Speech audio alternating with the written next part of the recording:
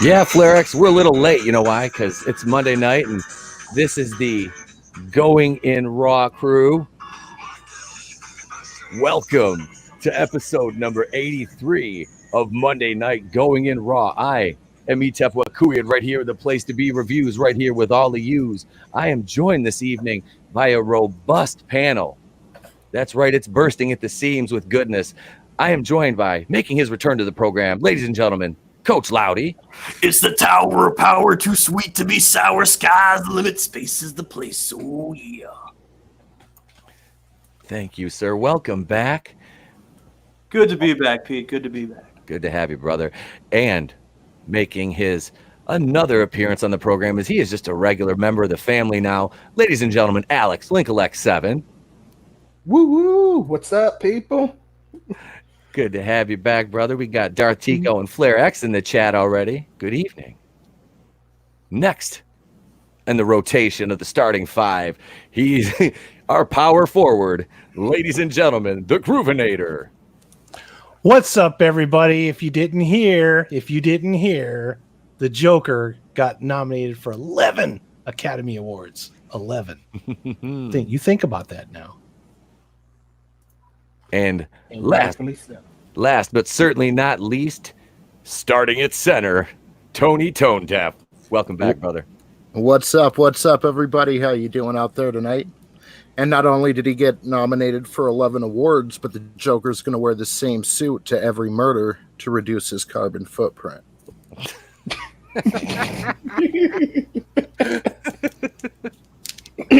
Oh, hell. Charlie Evangelista, good evening. Dartico, FlareX, look at this. They're all well-deserved nominations. Yes, they are. Absolutely. Good evening, ladies and gentlemen. It is good. This is episode number 83. This is our second episode of the new year, and we're hopefully going to make this another big one. We've got a lot on the docket tonight, and I'm gonna take a quick couple minutes here. And I know we have a couple people on the panel that are professional wrestling fans. So last night, some bullshit took place, and I say this with all respect to women's wrestlers, because I've seen and worked around a lot of great females in the wrestling business, and seen a lot of them in the Fed and everything. But Impact last night. Wait, hang on, I got wait, where's it at? Let me see. I know what you're about to bring up. Impact Wrestling. You know you fucked up, right? You know you done fucked up. You know you done fucked up. No, you know it. You put your world title on a 5'5", 130-pound female last night. You put her over on a dude that could legit knock her out with one punch. Now, I know there's females that could whip males' ass in fights. I absolutely know this. But if you, and I understand it's a work, trust me, I laced up the boots a lot. I fucking understand it's a work. But I also understand that you don't want to make one person look good at the expense of another, when the winning and losing doesn't matter, but it's how you lose. And I'm sorry, you can say what you want about that match. Homeboy went out like a chump last night. And Sammy Callahan's been in the business a long time, and he's a damn good sport, because there is no way I would have sold that shit. I would have packed my bag and walked right out the fucking door. I would have stone colded that. I would have took my ball and went the fuck home, because there is no way on God's green earth I am putting nope. Nope, because as much as that helps her, it does shit. It does absolutely nothing for me. Like, you can lose a match and still look good. I don't think he gained anything from that. So I just wanted to point that out. That was, my God. If you really want to put your career out there like that for some fucking rat, then by all means. But nope. And then on top of that, the bitch is the racist too. So I heard. You know what though? Christ. I ain't even mad. Because here's the thing you gotta remember: it's fucking TNA. Yeah. To be honest. Yeah, but she probably brings more prestige to that belt than anything. Like I said, that company is so. Here's a company that is so terrible. New Japan left their United States TV deal. Other than they had a choice. They got bought out by the same company that bought the TNA. It was like, look, we're gonna take your TV spot. Either work with TNA or you can get the boot. New Japan said, all right, bye bye. That's how bad TNA is. So her winning that belt don't mean shit. So many good people have held that title. That just fucking irked me. It means And like I said- absolutely nothing. That title's Yeah. worthless. That title has never been, even despite the people who won. If anything, it kind of hurt people like Sting and Mick Foley to Yeah, hold you know, that title. it was kind of like going to the old It was- folks home and being the toughest one Yeah. there, but because they turned into WCW kind of late, you know what I mean? But The worst parts Yeah. of WCW. yeah, Yeah, now don't get me wrong. If you was telling me this was the AEW World Title, the New Japan title, Oh. heck, I'm gonna be honest. I don't have much respect for the WWE title anymore. I only really consider AEW New Japan. If this was one of those, I'd be upset. But it's like it's TNA. TNA go to TNA. I just because I've been in that situation and I've literally and I told Loudy this other day. I said I've had a promoter ask me to do that, and I told him nope, and I literally got my bag and I said I'm fucking leaving. And he said, I was wondering where they gonna let her win it after those racist tweets came. After that, was it spit in some girl's face and called it the N-word too? I was like, I was like, yo, are they gonna give her the belt after that? I want to see. I didn't watch the show. I was like, did they boo her? Like, what she cut a promo after the fucking show and was like, everybody makes mistakes and blah blah blah, and basically just like don't try to make yourself into the fucking victim here, honey, because you got all these people saying you're a fucking bully and to me, I've been in the locker room a lot. I've been in the locker room as a rookie, and I've been there as a vet with kids that were 20 years younger than me. Like when the year I retired, I mean, there were some kids in there. I was 37, and they were fucking like 12 or 17 years. I mean, 20 or 19, 20, 18 years old. And they're just little kids to me. I mean, it's just. But I never I wasn't a bully. I mean, you're a vet. You rip the guys, but you don't fucking you don't just be a straight out dick to them. Now, I mean, unless they're a piece of shit, then that's another story. Then you fucking cold shoulder the fuck out of them. You get a chance, you give them a potato or two. You know what I mean? But no, she's a snob. She strikes me as a goddamn snob, and then she's a racist on top of that shit. And it's like, who are you? You're probably Blanchard's daughter. You got by in your name. Granted, she did put on. I'm not going to say the woman's not phenomenal looking. She's in amazing shape. No, she is. But with them giving her that chance, has she not been related to Tully Blanchard and the stepdaughter of Magnum TA? Nope. And that's it. Yeah, you got the What double. she have got? I'm sorry. Did you say the stepdaughter of Magnum TA? Yep, Magnum TA is now married to her mama. Well, hot damn, Sam, I am. But that's been for like years, right? Because that was how come there was a real life beef between those two. Yep. But you know what the worst part is? It actually kind of makes women look bad because here's the thing. Tessa Blanchard ain't even the first woman to win a man's world title. If you remember, Sexy Star won the Lucha Underground title. And what happened with her? You found out she was unprofessional, broke that one girl's arm. I was like, the two women who have won the men's world titles have turned out to be awful human beings. I mean, I guess they're up there with Hulk Hogan. I guess they're up there with Hulk Hogan. I mean, way to go. But, yeah. Oh God, I just fucking laugh. Let it out, man. Let it out. TNA can't hurt you anymore, Pete. Oh God, I watched a match with her and Brian Cage, and she pulls that bullshit Canadian Destroyer on him. Like, you mean Brian Cage did the Canadian Destroyer for you there, short round? Because your fucking ass ain't flipping nobody over. That dude weighs like 270 pounds. Brian Cage don't care. Brian Cage, look, you gotta tell Brian Cage, look, do whatever you want. He's like, fine, but I'm gonna go home. I'm gonna tap Melissa Santos afterwards. Yeah. If I was married to Melissa Santos, I don't care what my job does as long as I get to go home and tap that every night. All right, we could put that to bed. There, I got to rant a little bit about wrestling. That's right. Let it out, man. I did. I had to. I've been pent up. I want to get in the ring, just hit somebody with a fucking chair. It's been too long, man. It's been like almost 3 years. It's 2020. I'm pretty sure they have an app for that, Pete. I need a retirement match. I never have my Loudy. When I buy a ring, we're gonna set up in the garage, and you and your wife come up for a weekend. You will work my retirement match. Sounds good. We'll put the wives on commentary. Yep, it'll be a Place to Be Reviews fucking special. We'll have to live stream the match from my garage. Sounds good. I'll have to get a singlet because there's no way with the way I look right now I'm gonna put this body out there in a pair of trunks. Oh, I got my pleather pants, and I'll wear my team rating shirt. I ain't working shirtless anymore. Fuck that. Cool. I'll wear my first class shirt from where my trainer trained, even though I never cleared training. So I got my feather boa and everything. My wrestling boots. I'm all good to go, man. Yeah, maybe I'll try and work on a gimmick. Just let me know when we're doing this. We'll do it backyard style. We'll just get tennis shoes and kick pads. Oh, I've always wanted to be a yarder. Fucking yardigans. The fucking backyardigans. Yardigans. The backyardigans. Oh, shit. All right. Well, the box office breakdown for January 10th through the 12th, 2020. Let's see here. Coming in at number 1, 1917 knocks fucking Skywalker right out of the top spot. Thank Christ. These movies are only a week apart. Oh, Look at the drop. Okay, so 1917. First, we'll start with the winner of the weekend. Holy shit, guy! $37,200,000.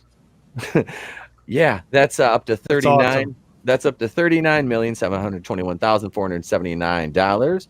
And worldwide total $63,521,479. Yeah, that one's doing that's doing really well. And like I said, I watched your if you haven't checked out Groove's review of that, go over to Raiders of the Lost Flicks when you get a chance. Check that review out of 1917. Now I know why that review has legs. Mm-hmm. It's a damn good movie.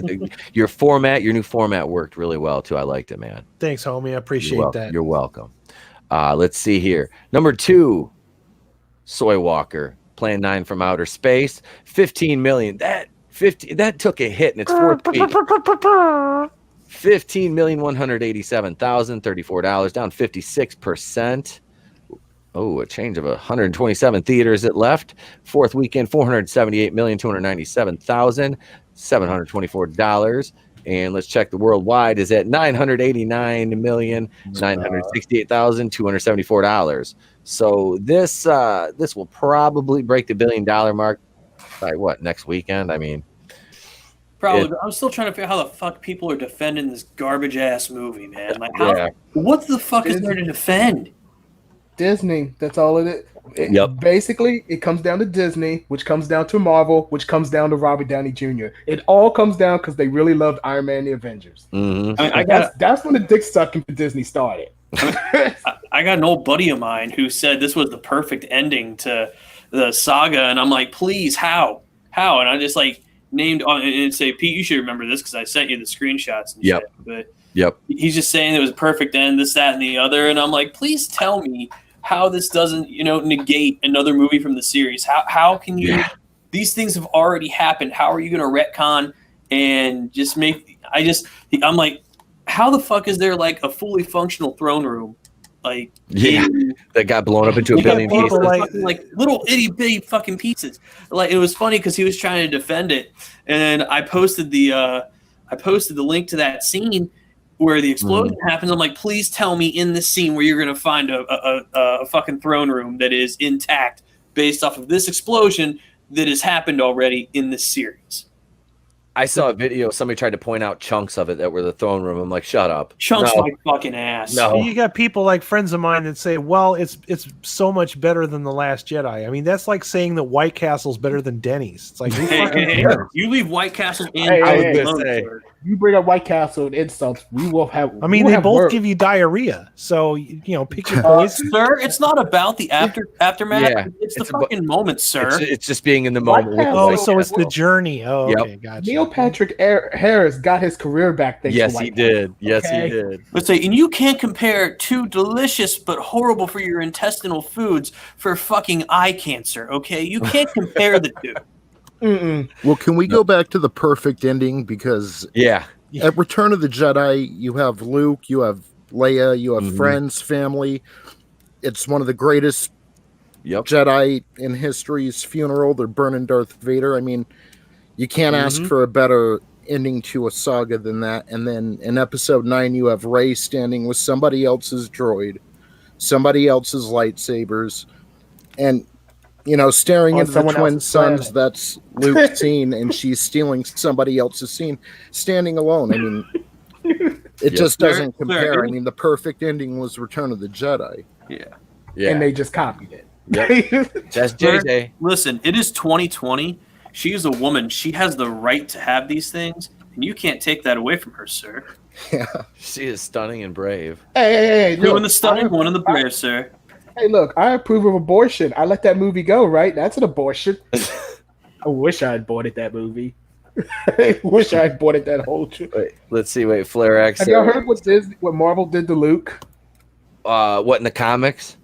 Yeah. What did they? Oh God, what did they do now? I heard something about it, but I didn't get a chance to watch. Did they touch him in funny places and tell him it was okay? Did they? No, Did they treat him like? revealed he was, They revealed he was never as powerful as everyone thought. I guess the idea was that Snoke had been talking to Ben since a little bit after Return of the Jedi, and since every other Jedi, yeah, just like they changed the years, it's no more ABY and all that. They changed it to after or before Star Killer, and oh god, how the world class bullshitter say it's a bullshit indicator or whatever. Yeah. PSI bullshit. Yeah, like that, and trust me, that bullshit indicator. Hey, Lucasfilm, you got one good thing. You got something called the Mandalorian. Yep. Don't fuck it up. Oh my god! Don't fuck it up. Don't Disney that up. I read something didn't Ryan somewhere. Johnson try to get on that, and Jon Favreau told him no? I remember hearing like Ryan Johnson wanted. If I was Jon Favreau, I'd be like, "Hey, bitches, remember Iron Man? Shut the fuck up and let me go back to work." Yep. Yeah. Let's see. You can have Iron Man. You can have the Last Jedi. Get the fuck out of here.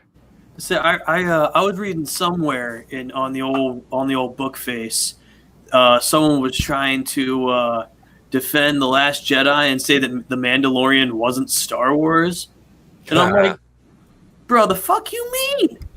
It's I'm not like, Star Wars. That fucking show, I just marathoned it twice in the past 2 weeks here. Yeah. The whole fucking show is more Star Wars than anything that Lucasfilm post Disney has produced. Yep. I will go on record as saying. Oh, absolutely. Agreed. It was funny because I had just jokingly said, "This is the way I have spoken," and then the guy just tries to fucking pull out some random ass argument like, "This is the way," it didn't originate from there, and I'm like, "No one ever said it did, you fuckhead."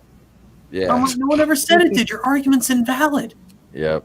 And it's just like, do you know why it works? You know why it works? It works because it's drawing from the same influences that the original Star Wars was made from. The spaghetti This is an Western. argument I had from last week. The fucking new movies, these fucking Lucasfilm movies, they're borrowing from themselves. They're borrowing from past movies. Whereas The Mandalorian is borrowing from the original source material, which was Westerns, Eastern fucking mysticism, and the serials. From the the early black and white serials. It's borrowing from those. You can see every fucking reference in there. Yep. That's absolutely it, man. Yeah, that movie is. We're going to talk some Star Wars in a little while. We'll touch back on that. Okay. But maybe. I don't know. We'll see. Jumanji, the next level, coming in at number 3 with $14,005,131. That was down 46.6%. It's got a domestic total of $257,130,112. That's in its 5th week of release. I'm upset that one never got number 1. I know. This I really want to see this. I have to watch the other one. It's really good. I can't say it's better than the first one, but it's definitely as good as the first one. That's good because you a lot of times you get that big drop off in a sequel. So, but this is 671,130,112 worldwide for a very respectable total against a $125 million budget. Coming in number 4, Like a Boss, $10,011,272. $10 million. That's its first week of release, so that's what it's got domestically. Worldwide, it's at it's made 148,000 international. Is that I don't know. Let's see. Is this movie kind of Baizu? I don't know. Oh, I heard that movie's extremely Baizu. Okay, that's Baizu then. That's why internationally it's doing shit. Yeah.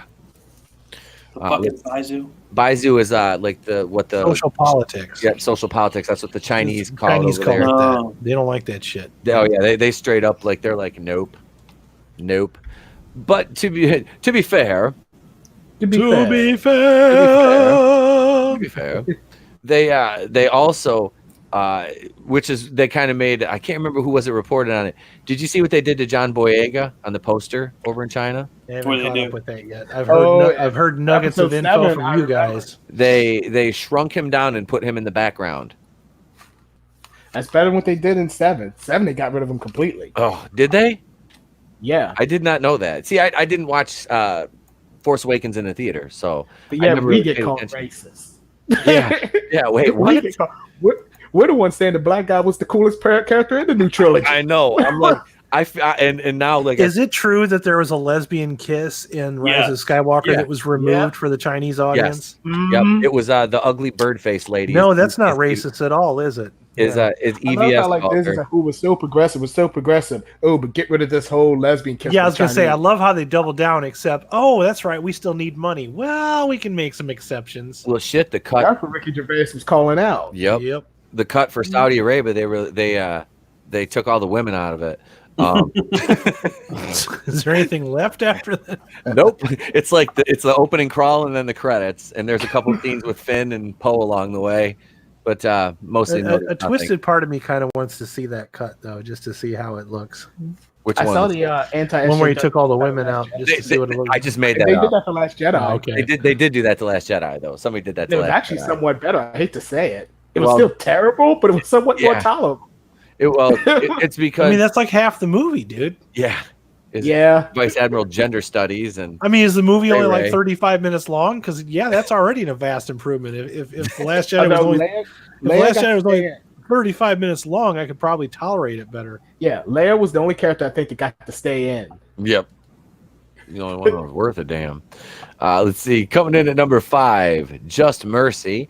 $9,713,228.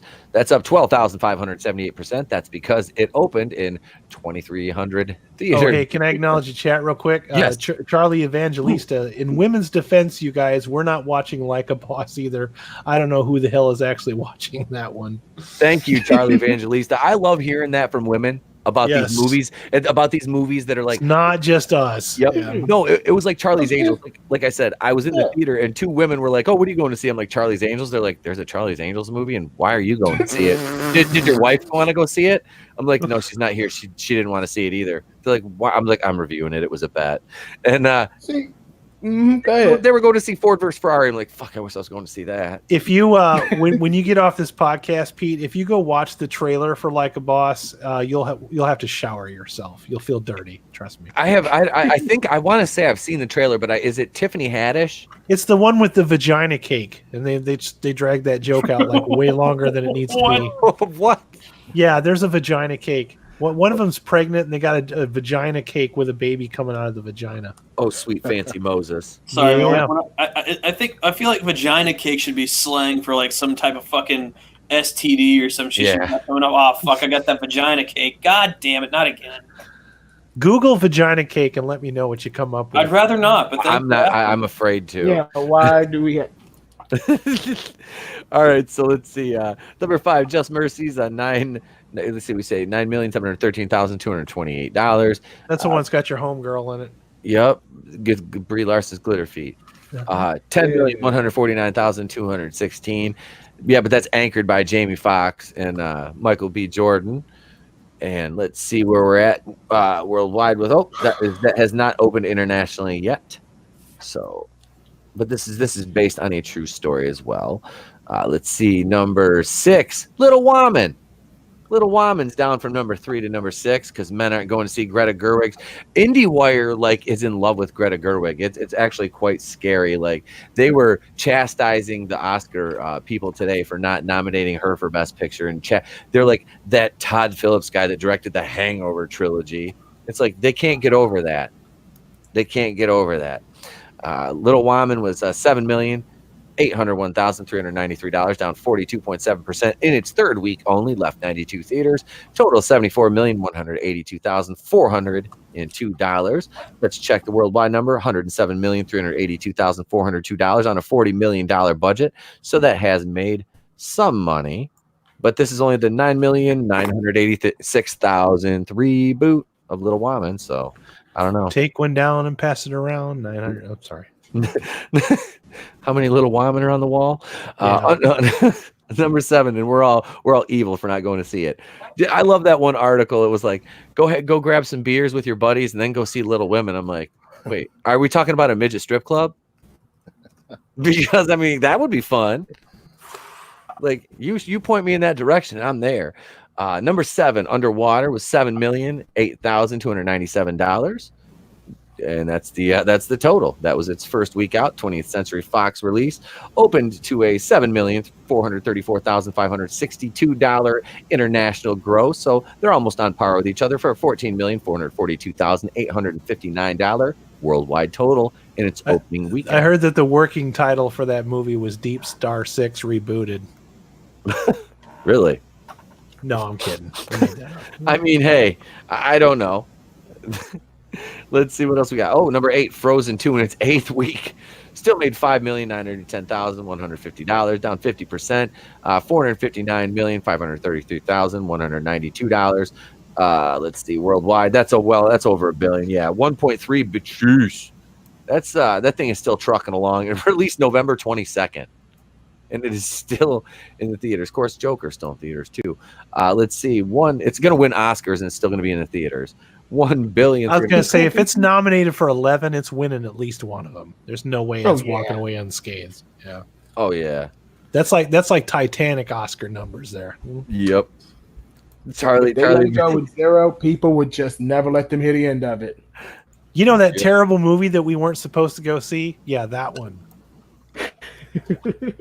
Yeah, the one that won a couple Oscars.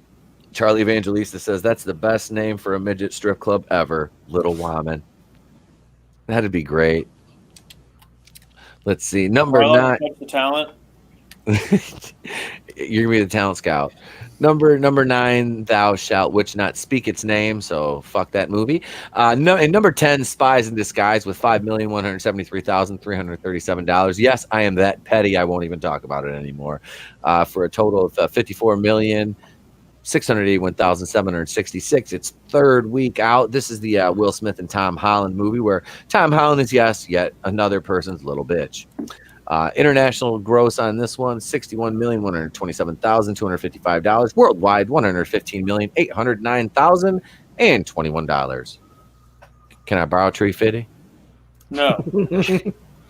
I just need about Tree Fitty. About Tree Fitty. Let's see. Wait. Look at Cats. It's 4th week, made $559,000. Wait. Cats is still in the theaters? It's down 78.7% in its 4th week. It left 2,084 theaters. The average per theater take on this is $683. It's got a domestic gross of $26,398,685. I heard it's a good time when combined with recreational drugs. That's what I was like, I really want to get some, some psychedelics and go watch this thing. I unfortunately have to take the fiance to go see this movie before it leaves theaters, only because when she was a kid, she really wanted Cats, and her parents got it for her on tape, I guess, and she loved it because it was the original thing. So she's like, oh, I really need to see this. And I'm like, I've heard horrible things, but I guess I'll suffer. I guess this is what love is. So, Charles, that's hey, you got to sit through the life-size Cats. That was depressing. With human anatomies, man. It really was. Charlie Evangelista says, "Hey, have any of you guys actually seen Spies in Disguise? My kids want to see it, and I want to know how high I should be." If you're anything under 420, don't bother. I have not seen it. Adam, have you gone to see that one yet? Which one? Spies in Disguise. I have not. That's one of those movies that came out during the holidays where I just had no car and no time, and I just had to let a couple of those go. That's one of the ones that slipped through. Like a Boss, I selectively decided not to see it because I'm pretty sure that none of my subscribers want to see me talk about it either. So, you sat through Black Christmas. You don't have to watch I sat through Black Christmas. Yeah. I have seen The Abyss. You filled your quota, man. You filled it so hard. You know there's going to be something this year that's going to say, hold my beer, and be worse than that. But I'd like to at least distance myself between the two of them as much as humanly possible. Wait, we have Green 49285 is a new subscriber who has just subscribed to the channel. So thank you for the subscription. Welcome. And said y'all didn't watch Cats. Pussies. Did he subscribe just to say that? I think he subscribed just to say that. And hey, you know what? I'll take it. That's a subscriber number. That's subscriber number 141. So that's the kind of fans I love. What's that username again? That's Green 49285. Is that who I think it is? Oh God, I have a feeling it's Dion. Yeah, it looks like Dion. Yeah, I can't tell. Is that Dion? That is Dion's icon in there. Dion Green, ladies and gentlemen. Dion Green. Dion Green. Wait. Let me find a picture of a horse. Hang on. No, wait a minute now. If you want to give him to I don't want to to show scare him bullshit with us, you might not want to pull the horse card just yet. Subscriber. Yeah, I like that. Hey, did you go see Cats? We know you went to see Terminator Dark Fate. So you went to see Terminator Dark Fate, man. Let's see. Wait, Charlie. Hey, Dark Fate is a joy to watch, and once you've seen Black Christmas, you realize, it really wasn't that bad of a movie. Scary.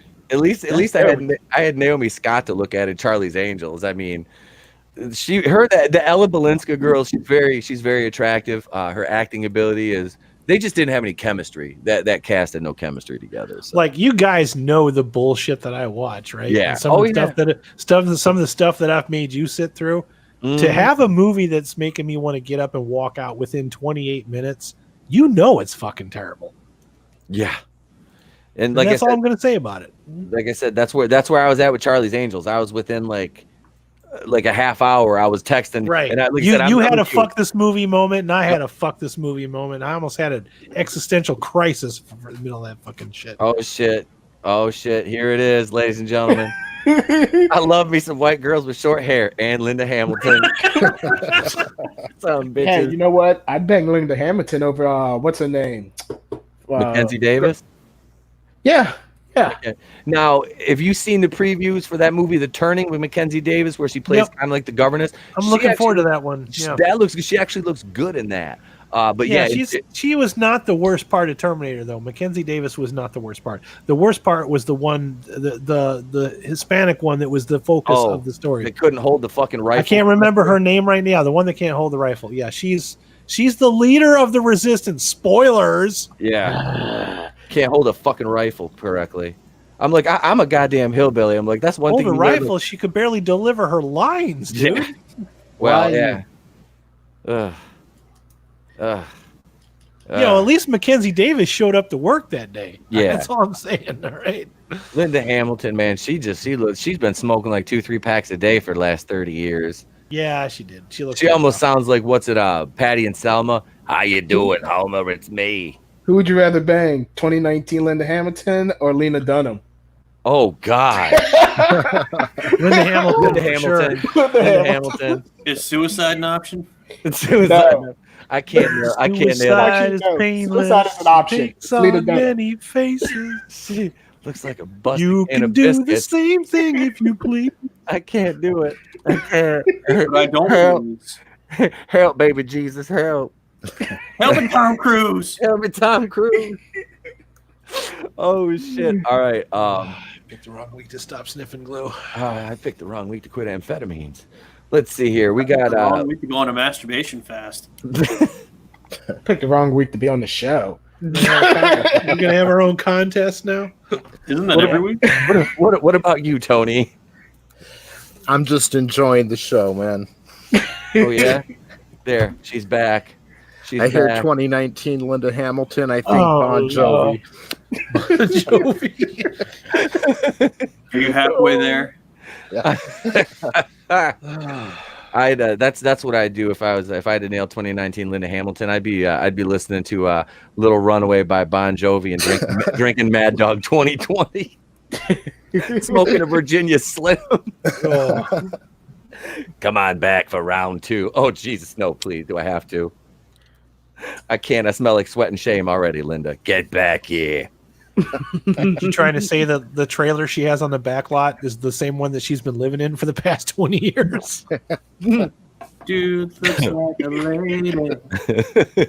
Oh my god. I tell you what, I came all the way up from stool bend. I'd smash that ass.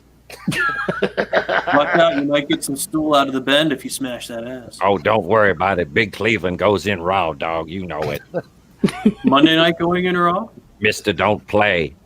Linda Hamilton wrote the book on man please, and it's too bad Loretta doesn't allow white literature in our house. Oh, okay. That was Cleveland Brown, ladies and gentlemen. Cleveland.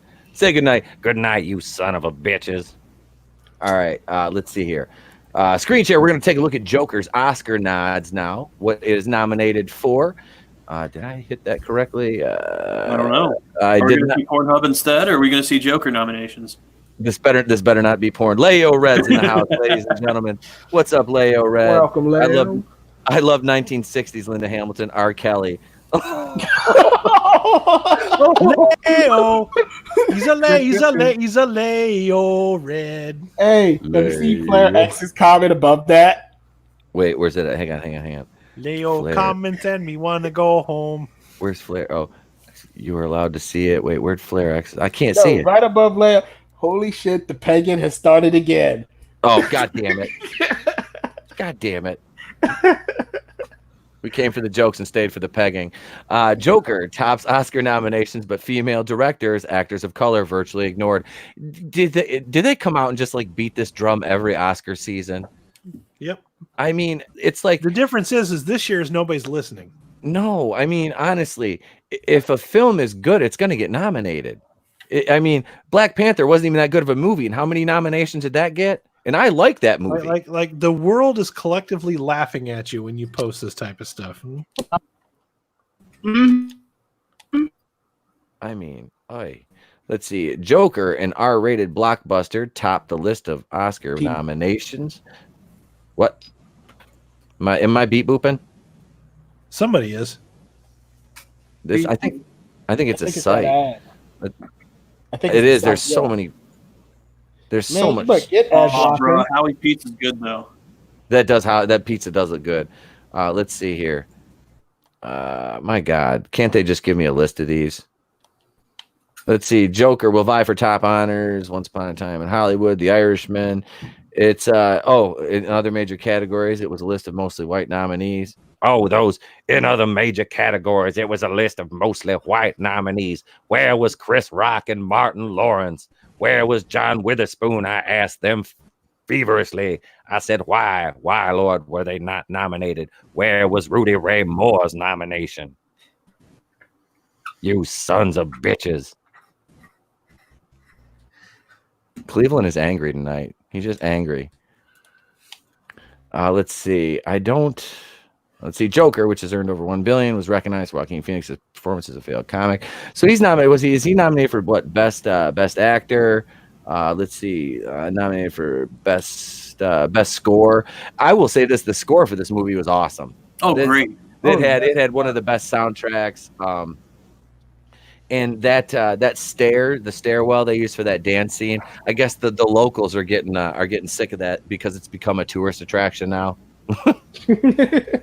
So there's because there's like people that live right there, and there's like always people there like dancing on the stairs now.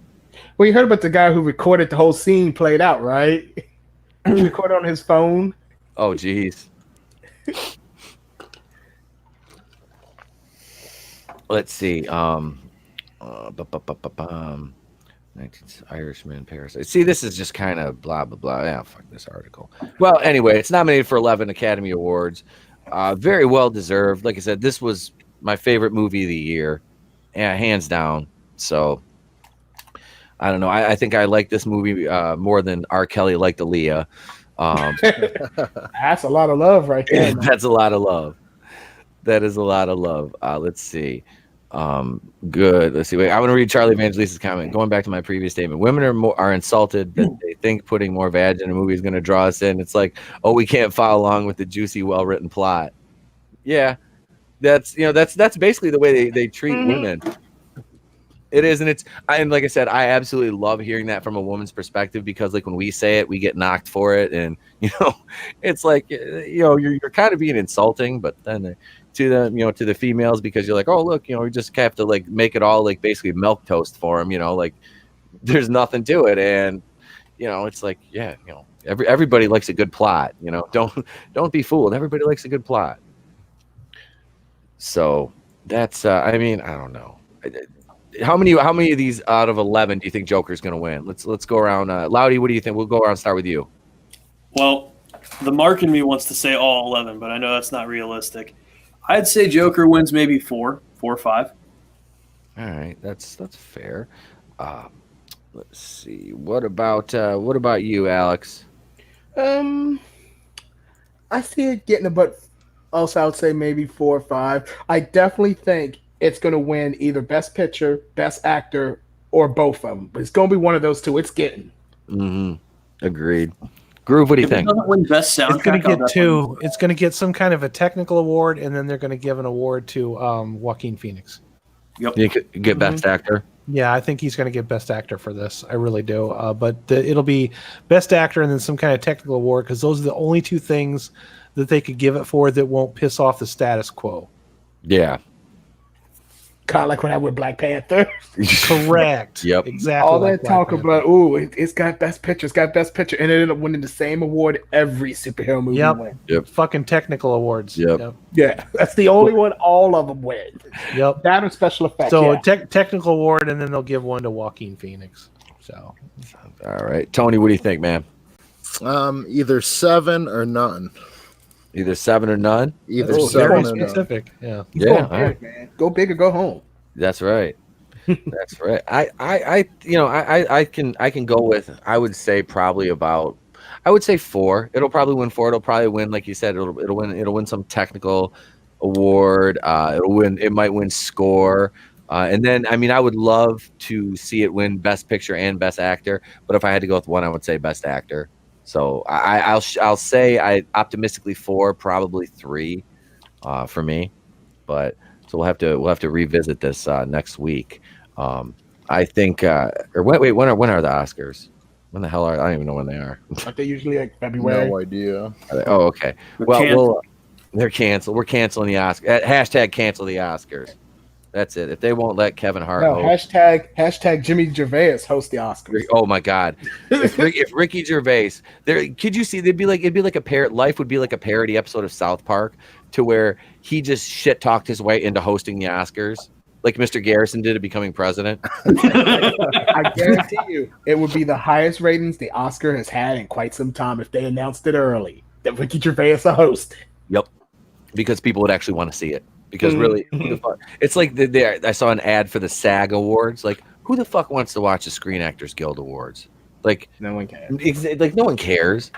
If they were a little shorter, maybe you might want to watch it if you're a movie buff. But those things be lasting for so long, you can't do it.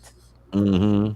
Like I said, Avengers Endgame. That movie was like over 3 hours. That's a comic book movie, and I couldn't even sit through that. Yeah, it was. Yeah, it was. Yeah, you said you fell asleep during that one, Leo. Yeah. The R. Kelly jokes are spreading. They are. They are spreading like golden showers at an R. Kelly party. Charlie Evangelista says, "Remember when they assumed we would finish out the rest of the 50 Shades movies? The first one was so awful, my ovaries yawned." I love our fans. Yes, we do have some kick-ass fans, man. I love you guys. and here at the Place to Be Reviews, I value our quality, the quality of our audience, and we definitely have some quality audience, and I thank you all so very much for joining us. So very much. So thank you very much. It definitely has a real shot at that actor. Legitimately deserves it too. Yeah, absolutely. Film Actors Guild Awards. I'll let you guys figure that one out. We put it up on the screen so you can read it. It's an award for a bundle of sticks. For cigarettes. A cigarette in Canada. Cigarette. Okay. I had a Canadian dude ask me for a cigarette in a strip club like that. He asked me if he could bum a fag, and I'm like, what did you say? And I was drunk, like what? And he grabbed my cigarettes. He goes, one of these. I'm like, oh, okay, yeah. You can have one of those. Go ahead. I felt bad because he was sitting there trying to ask me for like 2 minutes. I'm kind of laughing at him because I'm drunk. I'm like, oh God, please don't start a fight. I'm like, we're in the wrong country. I don't want to do this in another country. This is not a good thing. Extradition is not good. Extradition is bad. Okay? Extradition is very bad, kids. Okay? We don't. International crimes are bad. Okay? We're trying to go to a bachelor party. It was like back in 2003. We were driving across from Detroit to Windsor, and we got stopped in customs. We were in a friend of mine, his brother's truck. There was 10 of us that were going down. We had 3 hotel rooms rented out, right? Now the best man he's a sheriff's deputy for the county sheriff's department up where we live. He used to be one of the biggest potheads I ever met in high school, right? Then he's on the SWAT team now. So and it's funny.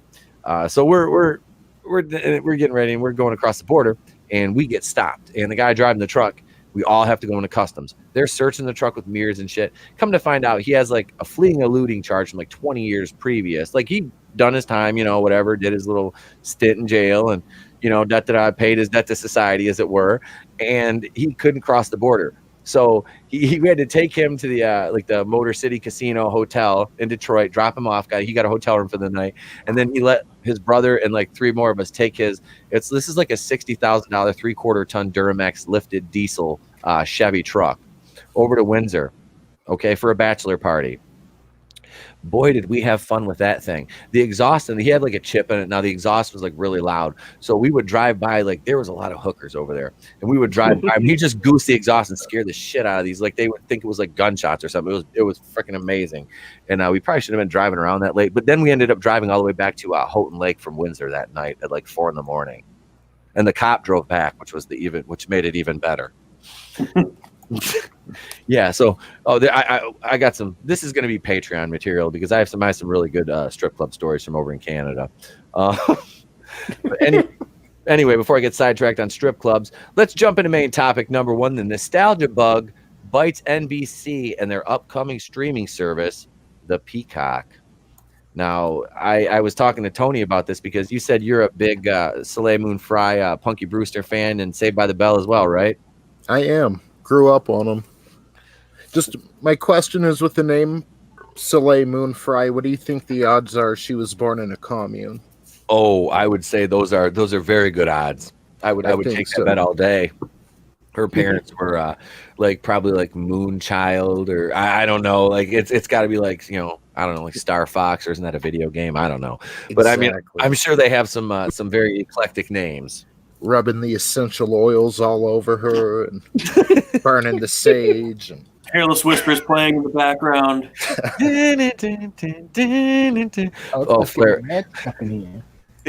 Flare X says I have strip club stories from around the world. Well, Flare X, you're gonna have to come on the one of the shows we do for Patreon, where we just tell dirty stories, and because that's gonna happen. And I was gonna wait. We're gonna I've been thinking about doing that, and I have a lot of extra stuff that I can do, so we can do something like that. We're going to talk about that when we get up north of the 200 subscriber mark. So tell your friends, come on over, subscribe to the channel. We're at 141 right now, so we're 59 away. I'm 9 away from my January goal of 150. That is my goal by the end of the month. So help a brother out. Get me 9 more subs by the end of the month. And we'll do. We've got another watch party. I'm just trying to pick a date that works for everybody. We're gonna watch Mean Guns. We watched the trailer for that last week, so I think that'll be a really fun. Oh God, Flare X says, "Oh fuck a duck." Oh no. Quack quack, motherfucker. Oh no, no, Flare X. If you were paying attention in my group one day, if you guys are all in there, he told a very very funny story about a fucking a duck. And it actually wasn't a duck; it was a swan, which makes it all the more terrifying. So yeah, that was terrifying, scary, and funny all at the same time. So we're over here at slashfilm.com talking about exclusive NBC's Peacock considering Quantum Leap revival as millennials drive, Saved by the Bell, and Punky Brewster returns. Now, I can say this. I was not opposed to Saved by the Bell. I was excited about that. I did a video about it a little while ago, but they announced the lead for the Saved by the Bell, and it immediately went woke. They made the lead immediately a transgender, and it doesn't look like I don't know. I can't remember which. I think it's a guy that went to a girl. It didn't become a female or start identifying as a female until it became advantageous. So, I'm suspiciously aroused either way. I am deeply concerned for you right now. Oh, don't be. I'm with him on this one. He's like, you had my interest. Now you have my attention. Go on. You had my interest, but now you have my attention. Let's see. NBC's upcoming streaming service, the Peacock, was not represented at NBC Universal's Day. Before the Television Critics Association, the Peacock will feature revivals of classic NBC sitcoms, Punky Brewster and Saved by the Bell. But NBC's head of program planning and strategy, Jeff Bader, discussed another series that might get revived as well. Speaking with Slash Film, Bader said that the 90s time travel series Quantum Leap is another title under consideration, and spoke about what led to the Punky Brewster and Saved by the Bell revitalization. The Peacock. Quantum Leap starred Scott Bakula as Dr. Sam Beckett, a scientist who invented time travel. Every week he would leap into someone from the past to correct a wrong that occurred in history. It ran from 1989 to 93, and it might be jumping into the 21st century. Now, were any of you guys big fans of this show? I love Quantum Leap growing up. I've never seen it. That was my show right there. I didn't watch it religiously. I've never seen it either. I've seen episodes though. I mean, I liked it because I'm familiar with what it's about and who's in it, but that's as far as I can't say I remember every single episode, but I do remember when I was a kid, I did get into it. I just thought it was always weird seeing him in like dresses and stuff like that. Yep. He would play a female. Yep. Yeah, because he'd leap into just whoever, you know. Yeah. No, I think it's I think it's good. I actually watch NCIS New Orleans because I like Scott Bakula. Plus, honestly, he was good in Enterprise. He doesn't get enough credit for that. No. He was good in Enterprise. That's an understated role of his. It really is. Mm-hmm. Just like Summer School is for Mark Harmon. Oh yeah, Chainsaw and Dave Smith and all that. Chainsaw and Dave are the best part of that movie. Those two are awesome. Let's see. Where am I at? Let's see. In 2009, Sci-Fi considered a reboot of Quantum Leap with a new cast, but that's not what any Quantum Leap fan wants. They want Scott Bakula and ideally Dean Stockwell as his hologram partner, Al. Unfortunately, Bakula is currently on NCIS New Orleans, and Stockwell is 82 years old and hasn't acted since 2015, though he did an episode of NCIS New Orleans with Bakula in 2014. One of the hooks of Quantum Leap was that Beckett could leap only within his own lifetime, so episodes spanned the 50s to the 80s. A 2020 Quantum Leap could do the 80s, 90s stories as period pieces. That's true, Bader said, adding that the network is exploring their whole back catalog. Oh, great. There's more that I think we'll be visiting. Let's see. And then we go into Punky Brewster. Punky Brewster was a show on the bubble in the 80s. It lasted 4 seasons and spawned an animated spin-off, but fans couldn't save it in 1988. Soleil Moon Frye played the title character, an orphan who becomes a foster child of Henry Warnemont, George Gaines, or also known as Commandant Lassard from Police Academy.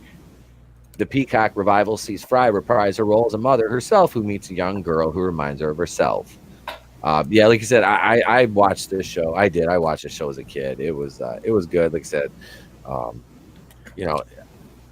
Soleil Moon Frye's had me. This is another thing, Tony. She's had a kind of a B-list career. Since this this show ended, she continued acting. She had a revival when what was it? She was in Sabrina the Teenage Witch. Yep. But unfortunately, those were like the bad seasons that no one liked. Yeah. But there were seasons of that show people didn't like. Yeah, it was the ones the college years. Oh God, the CW version. Oh God. Well, I think it was still WB then at that time. WB. Yeah, I remember people hate, and that was the one Soleil Moon Frye was, but she was hot. She had like the big rack. Yeah. Like Punky Brewster grew up, and you just like, giggity. All right, giggity goo. See, this show taught me to play in refrigerators. Does anyone remember that episode? Oh, God. Did she get locked in the refrigerator? Like, her friend Sherry got locked in the refrigerator, and they were playing hide and seek, and they had to call the fire department. They couldn't get it open. That was like a big thing in the 80s, was never play hide and seek in the refrigerator. You'll get locked in. Oh, you would not be allowed to do that episode now.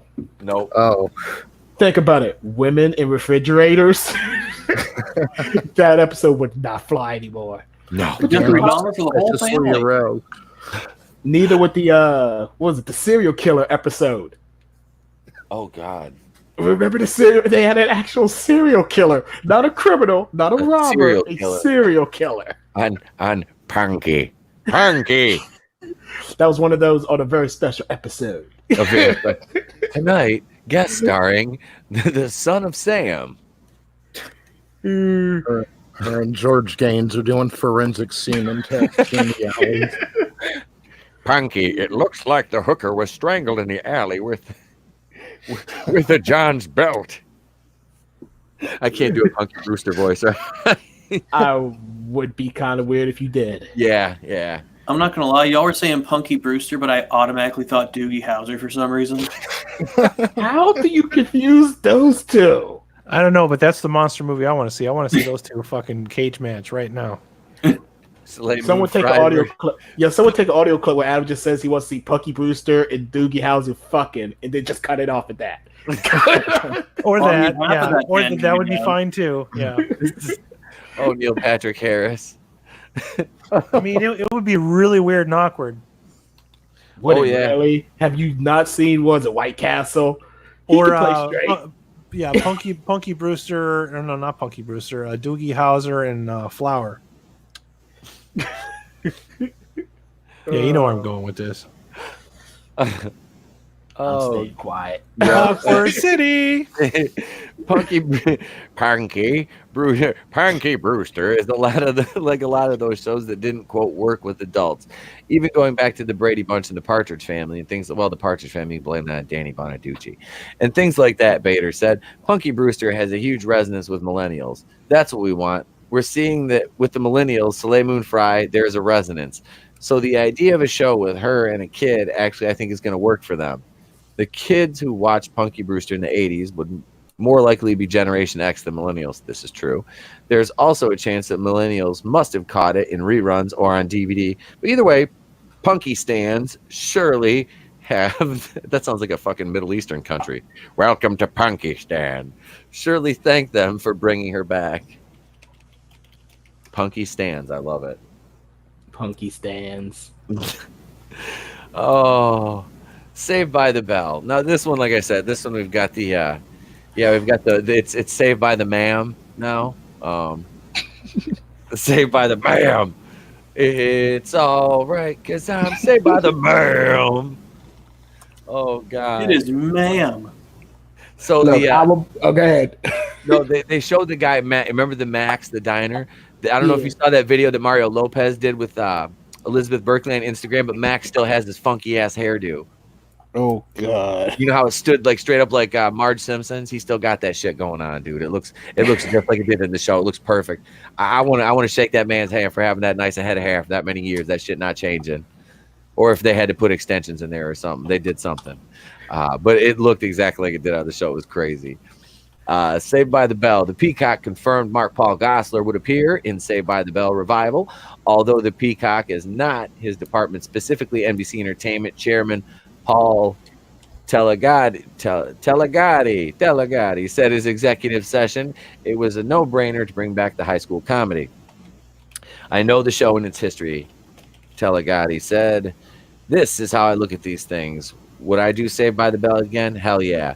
Based on the context of some people showed up for the 90210 reboot, I backed away from it.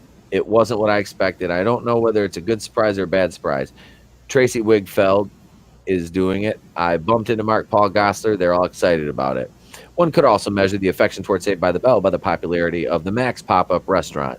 Fans of the show stood in line or made reservations to eat at the diner from the series. Will they subscribe to yet another streaming service to see Zach Morris and company again? We'll see. Now, I had another article. It talked about what Zach does. I believe he was governor of California, and he shut down a bunch of low-income schools. So, and he goes back and he's, I don't know. Mr. Belding is not principal in this one, though, which kind of like depressed me a little bit. Yeah. Is he 'Cause he was superintendent? I would hope he was smart enough to stay away from this. I want to see him come back. Here's It's the thing. Saved by the Woe. And I've said it many times. People who look, I enjoyed Saved by the Bell as a kid, but Yeah. have you really gone back and watched it in 2020? It didn't age well. Oh. It aged horribly. It did not age well. No. And look, I'm a guy who can watch the old G.I. Joe and Ninja Turtles cartoons, and even I'm saying Saved by the Bell was too corny. Yeah, it's definitely very dated. Like we were talking about, what was the episode where Jesse gets addicted to, was it like caffeine pills? Oh, or, yeah. Yeah, but you know what? You know why Adderall. everybody remembers that? They remembered it because it was such terrible acting. Yep. Oh yeah, when she's singing and Slater goes, I'm so excited. yeah. Like people so make scared. People like to make fun of the college years. Like, oh, this was so terrible. This was so terrible. So was the original show. Oh wait, I gotta say, it felt a lot longer than 4 seasons. Right? hey, And Look at- Zach Morris was a terrible human being. look, There's oh a he reason was. there's a thing called Zach Morris's trash. And that's why I love it. Look at Zach Morris's trash is so awesome. look at It did give us Leah Remini, though. At Yep. least that's where I first saw her. Yep. Look Then at they got rid of her. look at Yeah. Charlie But King Evangelista of Queens put her comment back. there. Did they ever address that? Wasn't he with Kelly and then they go away for the summer and he's banging Leah Remini the whole time and then he goes back to school and all the friends are remember Kelly around. was It's there just too. Kelly who isn't Kelly there. was there too. Remember, Zach and Kelly broke up like every other episode. Yeah, they did Oh, too. okay. They broke up so much throughout the show. Because Kelly was there too, because it was like summer break. They all went to that summer resort thing. Yeah, yeah. Oh, hey, oh God. It's See, I used to have, I like Kelly, but I had a crush on that, the bad girl, what was that, Tori, who was only in it for like what, 10 episodes? Yep. Yeah. Here we go. Here's Leo Red. I can't wait for the new Saved by the Bell TV series. Malik Yoba. I know who Malik Yoba is, but I'm not. Let's take a look. See here. A lookity loo, if you will. Well, I know who Malik Yoba is. Yeah. I mean, if this person in the reboot is the first transgender student for Saved by the Bell, can we at least agree that Tori was the first lesbian? Because she was. She just hadn't found herself yet. She was straight, okay? In my fantasy, she is straight, damn it. She is. Don't you ruin that for me, Tony. Till she hit 29. Tony, ruin it for him. Ruin it. Don't you ruined it. She hit Oh. 29. She was jaded by a couple guys, a couple abortions later. Oh God, she did date Zach. Yeah, she probably is a lesbian now. Yeah, that fucking ruined it for her. Yeah, you ruined it, Tony. You ruined it. That Give me ruined it for her. I like it. He didn't ruin it. He didn't ruin it. Zach Zach ruined Tori for men. Cause Zach Morris is trash. I just looked it up. Flare X. I admit I had to look that one up. What did you find? And Malik Yoba is dating a trans woman. Well, so he's dating a dude. Basically. Oh, I did not know that. It's just being gay with extra steps. Yeah, That's what it is. I did not know that. It's just isn't that just being gay with extra steps? I mean, Sure is. you're dating a trans woman. No. It's only gay with extra steps if he turns into a woman. I'm so The confused. woman has to turn into a man, and then he has to turn into a woman. Then that's being gay with extra steps. Let me get. I need my whiteboard. I got to write this equation down. I have no Come on, idea what's going on here. Just go be on the quiz, man. You don't want to anger the alphabet people. This math does not make sense. It doesn't It make doesn't sense. have to make sense. It doesn't have to make sense. Okay, it's I don't have- 2020. I don't have to make sense. I'm pretty. I'll have to get, I'll have to get my. Do you I identify people as someone who better. understands it?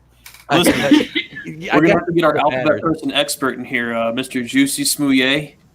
Juicy Smouye. Juicy Smouye. He'll be able to break this down for us. But watch out! I heard people be kicking his ass. He got attacked by a roving band of incels when he went to watch Joker. Wait, didn't he get stabbed during the Frozen premiere? Wasn't that him? That was him. He got stabbed at the film premiere. Him and Brian Williams were in Vietnam together. He saw Brian. I was there. I was there. When I stormed the beach at Normandy with Juicy Smollett. Juicy Smouye. Oh, I love it. I love it. So yeah, then I guess Malik Yoba would be a big fan of this. Let's see here. I found it. I'll throw this up here. Let's see. This one goes out to new subscriber Malik Yoba, ladies and gentlemen. Oh, here we go. Let's see. And apparently this act, I don't know what you call this fella in a dress. Champion star Josie Toda. Josie Toda. I love that song, Africa. Josie and the Pussycats? Great, now I got the Josie and the Pussycats theme stuck in my head. Josie and the Pussycats. Okay, I was about to say, yes, I know what the theme is. Don't judge me. Apparently you know it too. Who said I was judging you? I mean, I do like to judge you. It's fun, but Champion star, you know, Josie the Pussycats, Total Recall. look, I like the Josie and the Pussycats movie, as terrible as it was. I like the cartoon. Wait, wasn't Drew Barrymore in that? No, that was Tara Reid was in the live action movie. Oh, Tara okay. Reid. Tara Reid and what's her name? The chick from She's All That, and I think Rosario Amanda Dawson. Bynes? No, She's All That is Jennifer, oh shit. Jennifer Lee? Not Jennifer Lee. No, I can't remember. The chick from She's All That. That's all I remember. She was the nerdy girl, right? You're talking about the one with the glasses? Mm-hmm. I can't remember her name, but I know you're talking about. Wasn't that with Freddie Prinze Jr.? Rachel Lee Cook. Rachel Lee Cook. Thank you. Yep. Yeah, that was Freddie Prinze Jr. And Matthew Lillard. That was the start of Freddie Prinze Jr.'s weird obsession with movies where high school kids can do choreographed dancing really well. Yes. Yeah. It's just never explained how they can all do it really, really well. When the fuck did y'all practice this? Yeah. You need to practice all this. So there's a new student at Bayside High. Josie Toda has been cast in the stunning and brave lead in the upcoming reboot of the beloved 90s series, Saved by the Bell, launching this year on NBC Universal streaming service, The Peacock. EW can confirm. Toda. Malik Yoba plays the antagonist R. Kelly.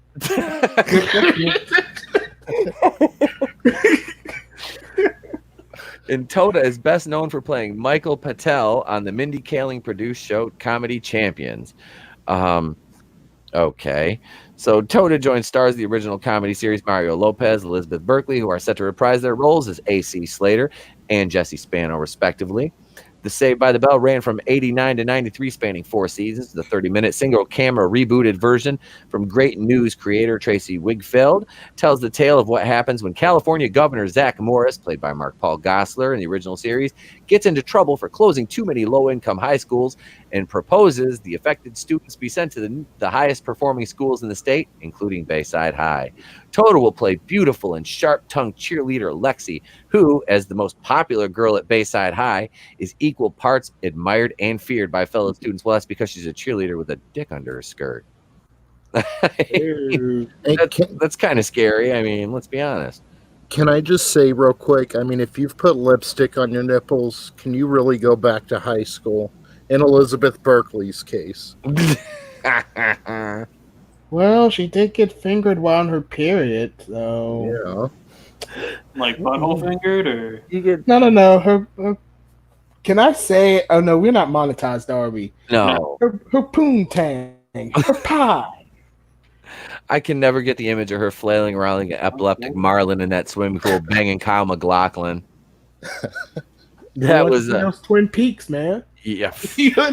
So wait a minute. This is not an actual remake. This is like a sequel.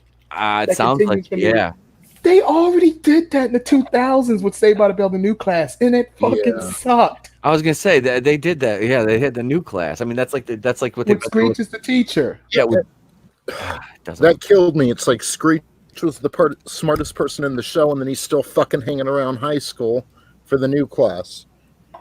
Because he never really got much of a future. Zach ruined it for him. I mean, Zach Morris is trash. Zach Morris is trash. He stole Kelly from Screech. I remember that one episode. Yep. I remember it. Do you remember that Christmas episode where he started banging that homeless girl and helped her? And it was only that episode, and then he dropped her, you know? So maybe he is trash. Well, we don't know if he dropped her. She probably fucking killed herself. Yeah. Remember, she was a jerk to her dad. Yeah. Until he found out, oh, you're the father of the homeless girl I want to beg. Okay, I'll help you. You're not doing it because you're noble, Zach. You're doing it because you... And my God, she's homeless. She hasn't had a bath in months. Do you have any standards? Apparently, Jesse. They were You just got to buy her a piece of Sbarro, bring her in the back, maybe one of the dressing rooms, and That's the only thing that would make this show actually work. Is it could provide material for future Zach Morris's trash episodes. That's the one thing that would be like, I want like 6 seasons of this new show. well, knowing how Especially- they've been doing reboots, they're going to go back and make the white male lead trash anyway. So Yep. Hey, Zach Morris was doing that way before Yeah. SJWs did it. He set a high standard for that. yeah, He He really did. was. Like, I never realized I started watching that series and I went back and watched. It's like, God, Zach Morris is a horrible human being. Yeah. Like, you were a sociopath by today's standards. Oh, hey, Today's standards, even in those standards. Yeah. The sociopath, bro. Hey, Yeah. hey, back then, our standards were kind of low too. We didn't mind being little perverts that spied on women in the girls' locker room. Yep. This is also true. Let me What acknowledge, the Charlie Evangelista? let me acknowledge the chat real quick here. Raise double dongs in the house. What's up, y'all? Just at work listening in. Hail host. Hello, chat. Smash that muff button if you think this channel rocks. Thank you very much, Chris Wicks. We love you, brother, and praying for everybody down there in Australia, man. You said they were getting a little bit of rain down there, so good. Hope you guys are all doing well in your. Yeah, I heard it rain. That's good. Yep. Absolutely. Flair X says before Screech killed someone. Dude, can we make a horror movie where Screech just fucking snaps and goes on a killing spree? Yes. It can't be any worse than his porn tape he made. Wait, what? Screech, he has a sex tape. Yeah, that's fucking. The fuck? Who wants to see that? watch party. I guess the same Watch person that party. wants to see Hulk Hogan's tape. I don't know. We're not watch party Hey, that. Hulk Hogan's sex tape. Hello, brother. No. Come on, let me hit that, brother. Yeah, let me Wasn't go that back, Bubba brother. the Love Sponge's wife or Yeah. something? Yep. They were Yeah, and fucking Bubba washed. filmed. Yeah, and Bubba filmed. Yep. Sorry, every time someone mentions the Hulk Hogan sex tape, I just go back to the Gawker trial where he's claiming that he's like, Hulk Hogan has a 10-inch penis. Terry Bollea, I don't have a 10-inch penis. That's just insane. I remember that. Hulk Hogan has He's a on 10-inch. terrible. I never said I did. I'm Terry Bollea. Yep. And I heard the audio and I'm thinking to myself, is this real fucking life? Is this what we've resorted to? Yep. I was like, holy shit, Hulk. Talk about when it comes crashing down and hurts inside. I'll tell you what. That's, God, oh God. Oh the Hulk. world is a sick place. And then my brother, my son brother, killed a kid.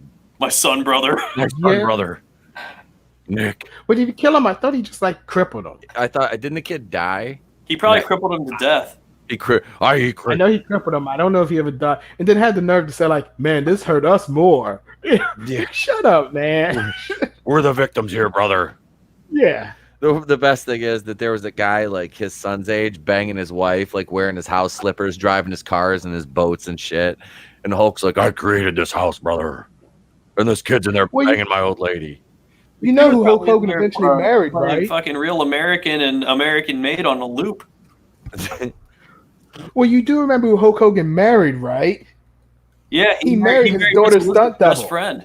Did he really? Well, no, he married his daughter's stunt double. Oh, you mean the second marriage? My bad. Yeah. I didn't know. He married the woman whose sole job is to be like his daughter. I was like, that is weird. That is some fucking I don't even like dating women with the same name as family members.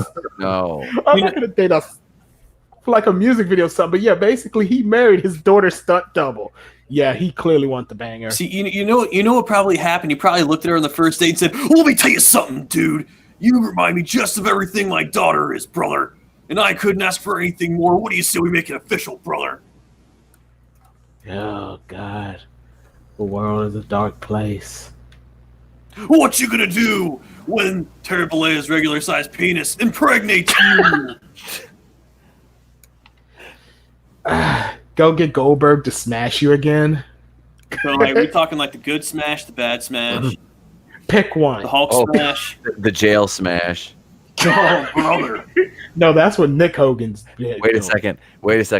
I wish I could say Hulk fought the good fight and the sisters left him alone, but this is no furry tale. Well, there was some furries, and there was a tale to be told. And Hulk Hogan's tail was sore the next, week. Let's be honest, they broke a broom handle off and that shit.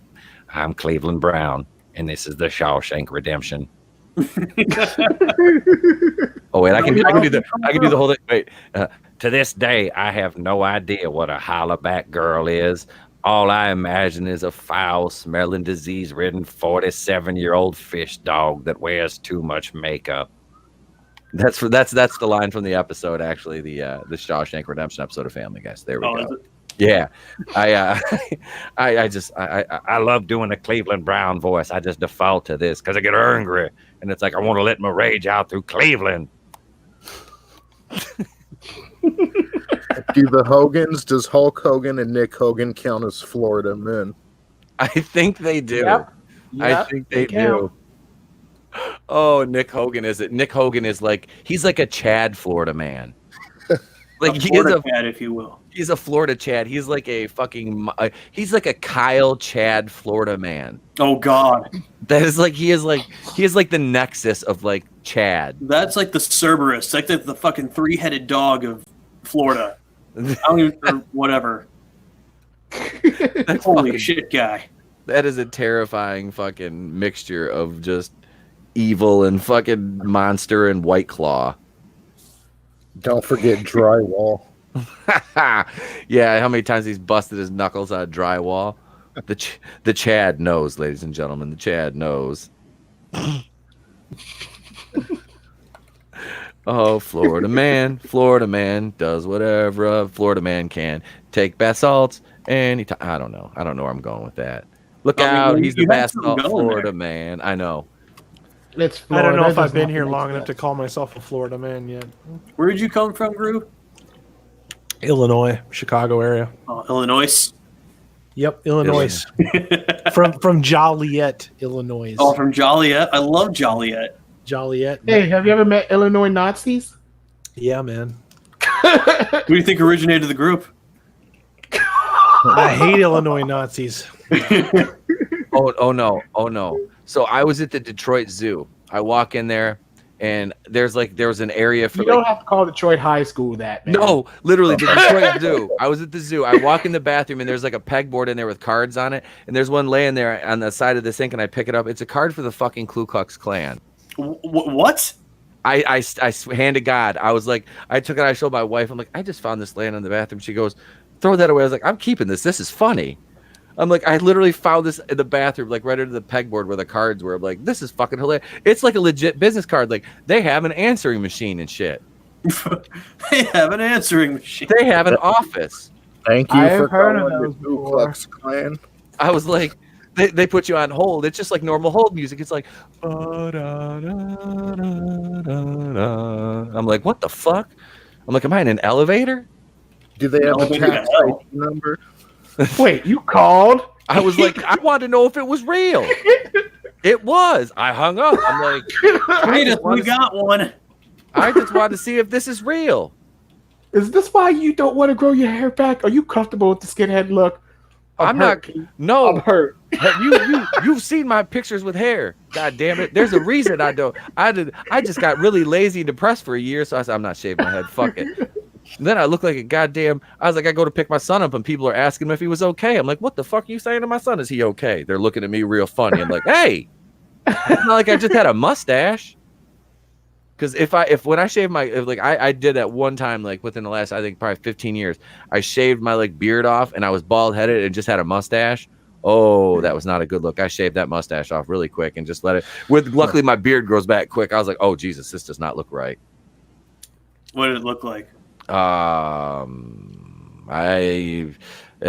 look like Chris Hansen would show up and like ask me to sit down. He wants to take a seat. It was like, yeah. Do you know who we are? Do you know why we're here today? My wife looked at me. She goes, shave that off. I'm like, why? She goes, why don't you have a seat? I'm like, oh Jesus. No. Like, oh Jesus, no. I told you to have a seat. That's great. Well, she did. She, much to her credit, normally not one to fucking play jokes like that, but she was like, why don't you have a seat? I'm like, That's oh, great. There's a reason I married you. Let's see. Oh, God. God damn it. You did. I kind of thought the same thing, Flare X. God I damn thought the same. You said it, man. I did. God damn it. You brought up the pegging. Flare X is he's on top of that. Giggity. That's what she said. So we've talked some Saved by the Bell. Have you guys seen the? You know what? I think I can get away with showing this because it's on his Instagram. I really don't think that's copyrighted material, is it? Well, be Find careful. out on the next episode. Yeah. Yeah. Let's see here. Hang on. I'll pull this up. Pull up the article here. We'll go back, and this will be the end of the Saved by the Bell discussion because we have something much more fun. But let's see. Here we go. Mario Lopez shares first look at Saved by the Bell reboot. Let's get down to right here. Here it is. This dude's another one. Mario Lopez, God bless him, has not aged like at all. Barely. I don't think he knows how to age. I don't either. Brown don't crack either. Look at Jennifer Lopez. Brown don't crack. Yep. I mean, fuck. Neither does Jennifer Aniston. White Whoa, stays who's tight. that hot chick in the blonde hair? There's That's not Elizabeth Berkley, is it? That's Elizabeth Berkley, dude. Oh, God. nice. Damn. Okay, white don't crack either. No, white stays tight, sir. White stays tight. White Jeez. stays tight. Oh my god! No! Go back to Elizabeth. I didn't realize she got that hot. Here, well, wait. No, it's gonna go to his Instagram page.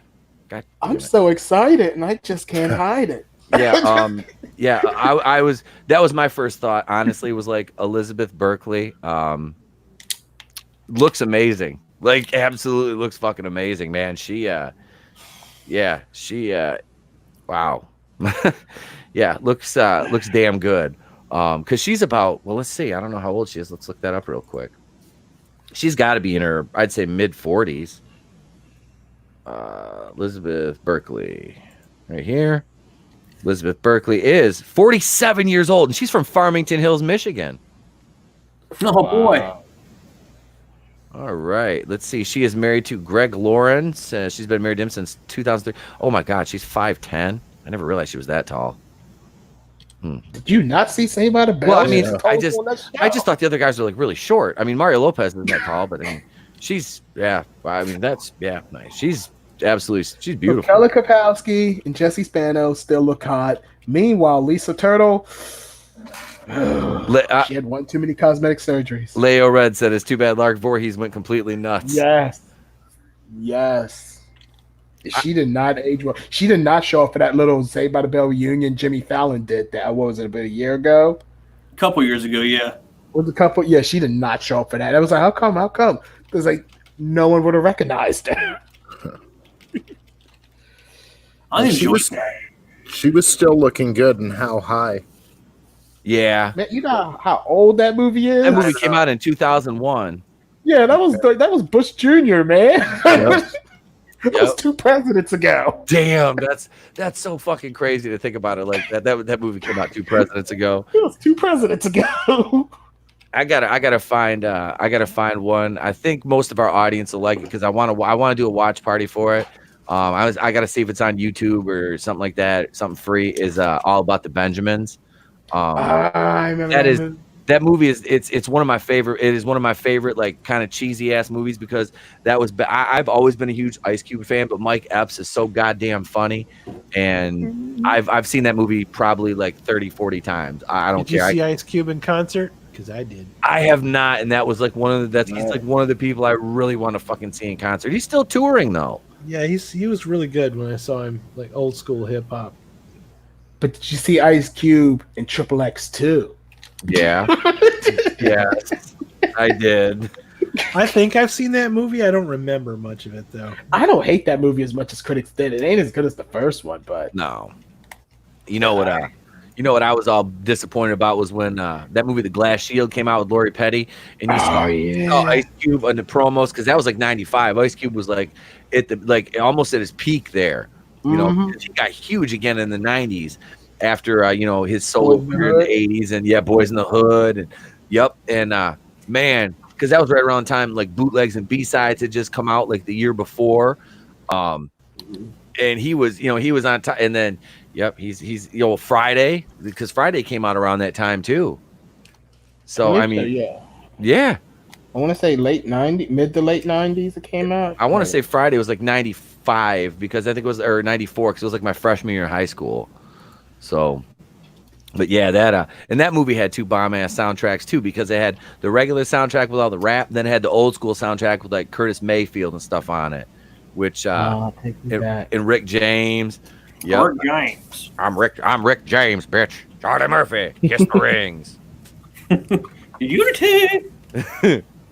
Oh god! And then he punched me in that forehead with that fucking ring.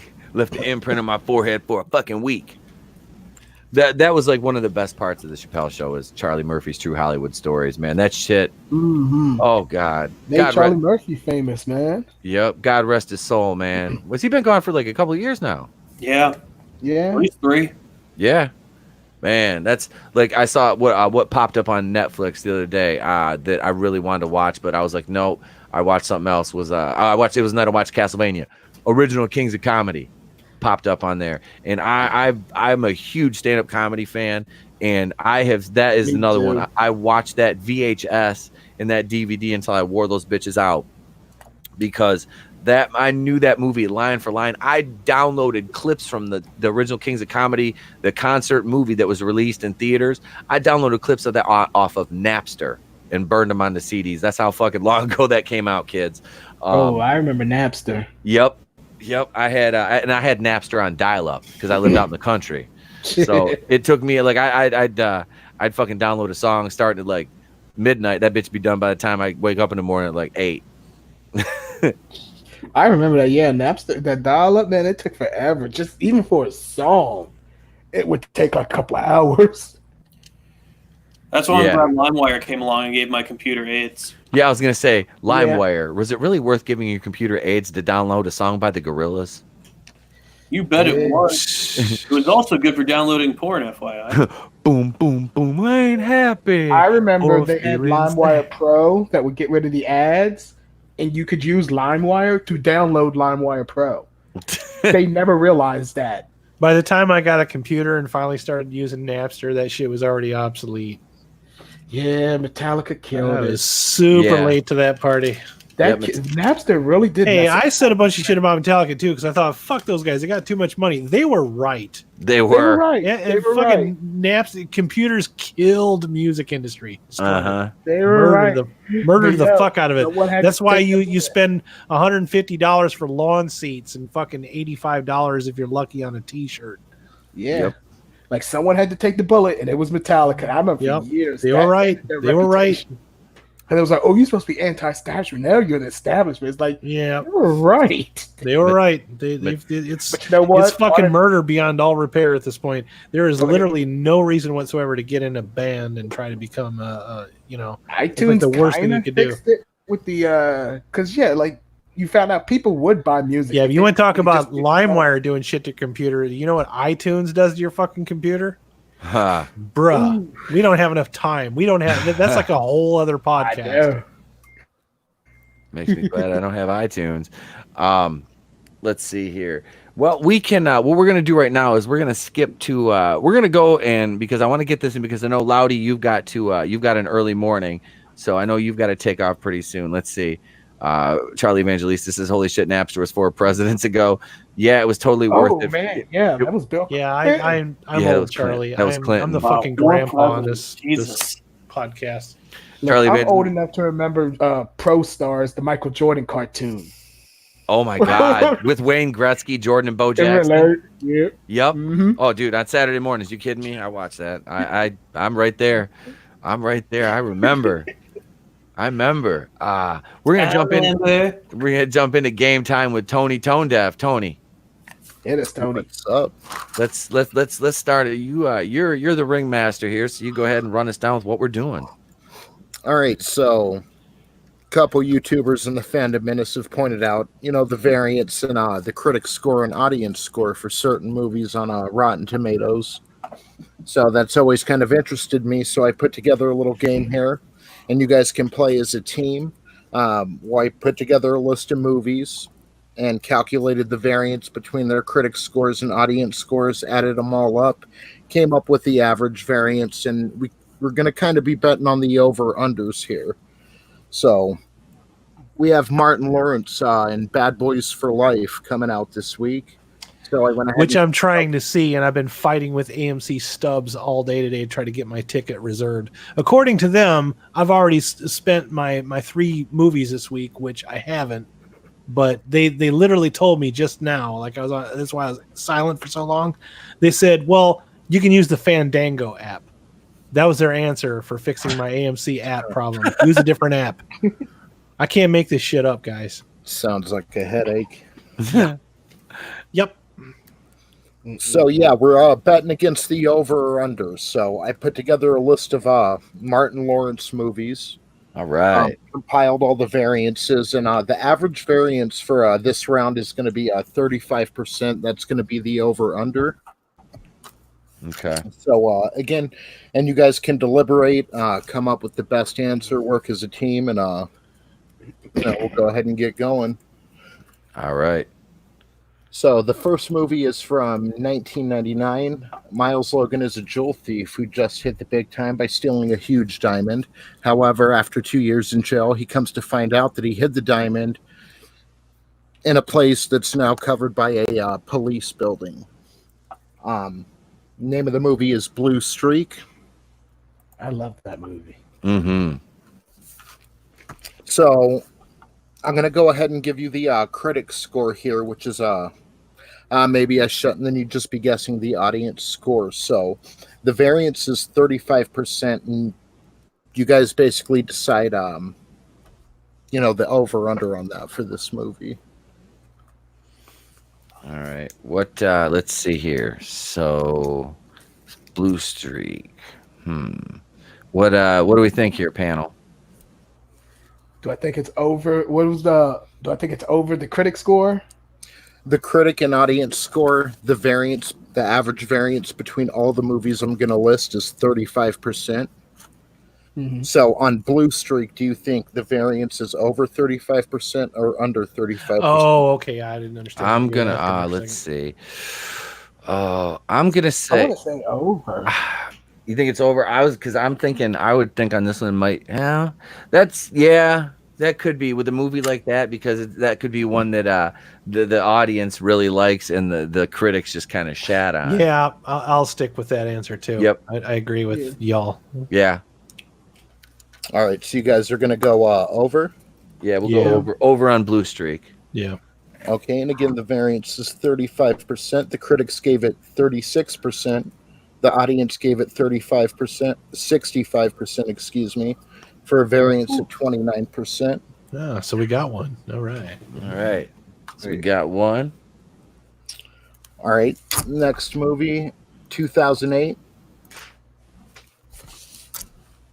Dr. R.J. Stevens is a talk show host who visits his family in the Deep South. While there, he reunites with his family, his brothers, his cousins, and his childhood love.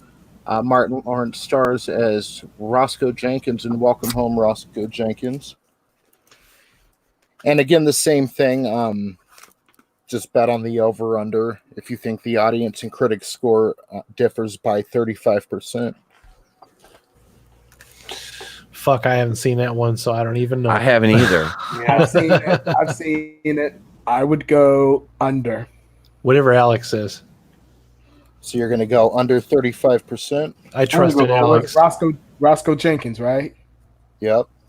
Roscoe Jenkins. I think it was the audience score is under the critic score. What's the variance between them? The percentage? Yeah, here, let me give an example. I'm sorry, guys, but like The Last Jedi, for example, the tomato meter on that is 91%. The audience score is 43%. So then the variance on that is going to be, well, I do the math. Okay, so it's just how much difference. He's just trying to guess, is the audience higher or lower than what the critics say? That's what we're trying to figure out. Yeah. Yeah. Since I have not seen this movie, I can't comment on it. What was the critic score for this? All right, so the critic score is 23%. I'm gonna go lower by like 3. 3 points. So you're guessing the audience score is lower than the critic score? Mm-hmm. All right.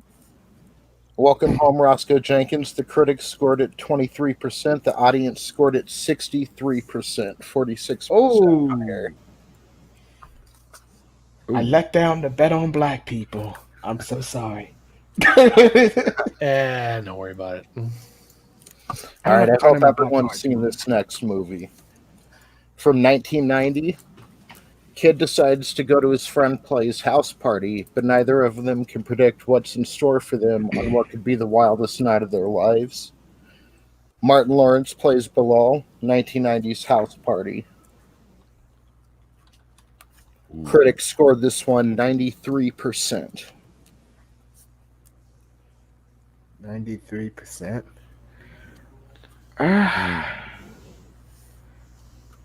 Good Lord, I don't know. I mean, I clearly want to say higher, but I don't know, man. This one's gonna be tricky. Is the audience score higher or lower? 93%.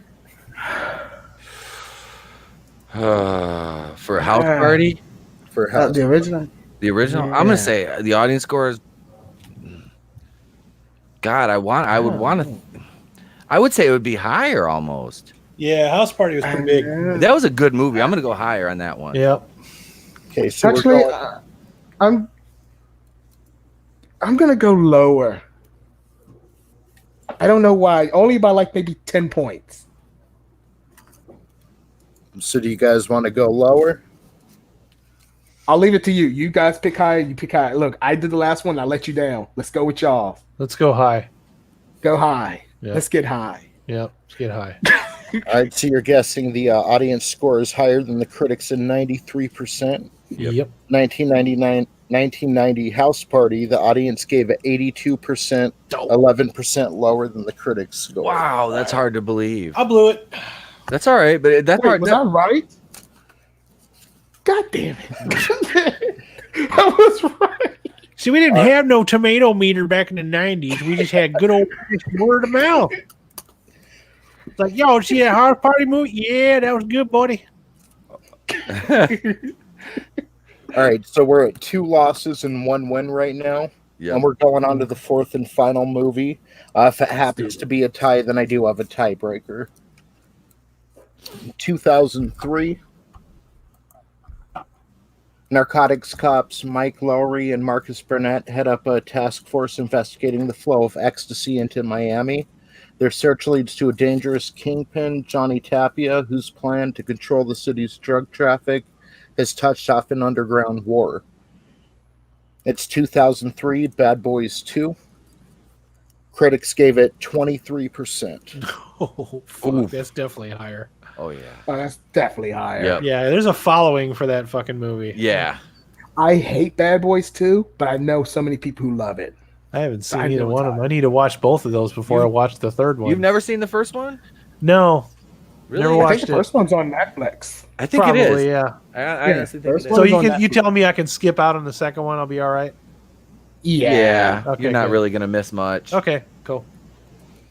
All right, so we're going to go with higher than the critics score of 23%. That's 2003 Bad Boys 2. Audience scored at 78%, 55% higher than the critics score, Yep, you're right. Yeah. Mhm. which leads us to a tie, and that'll bring us to the 5th movie. Let's do it. All right. All right, and the 5th movie is I don't have the description here. 2006 Big Mama's House 2. Oh. So that would mean that somewhere there's a Big Mama's House 1. There's a Big Mama's House 3. Yeah, there is. Oh, God. All right, the critics scored this one 6%.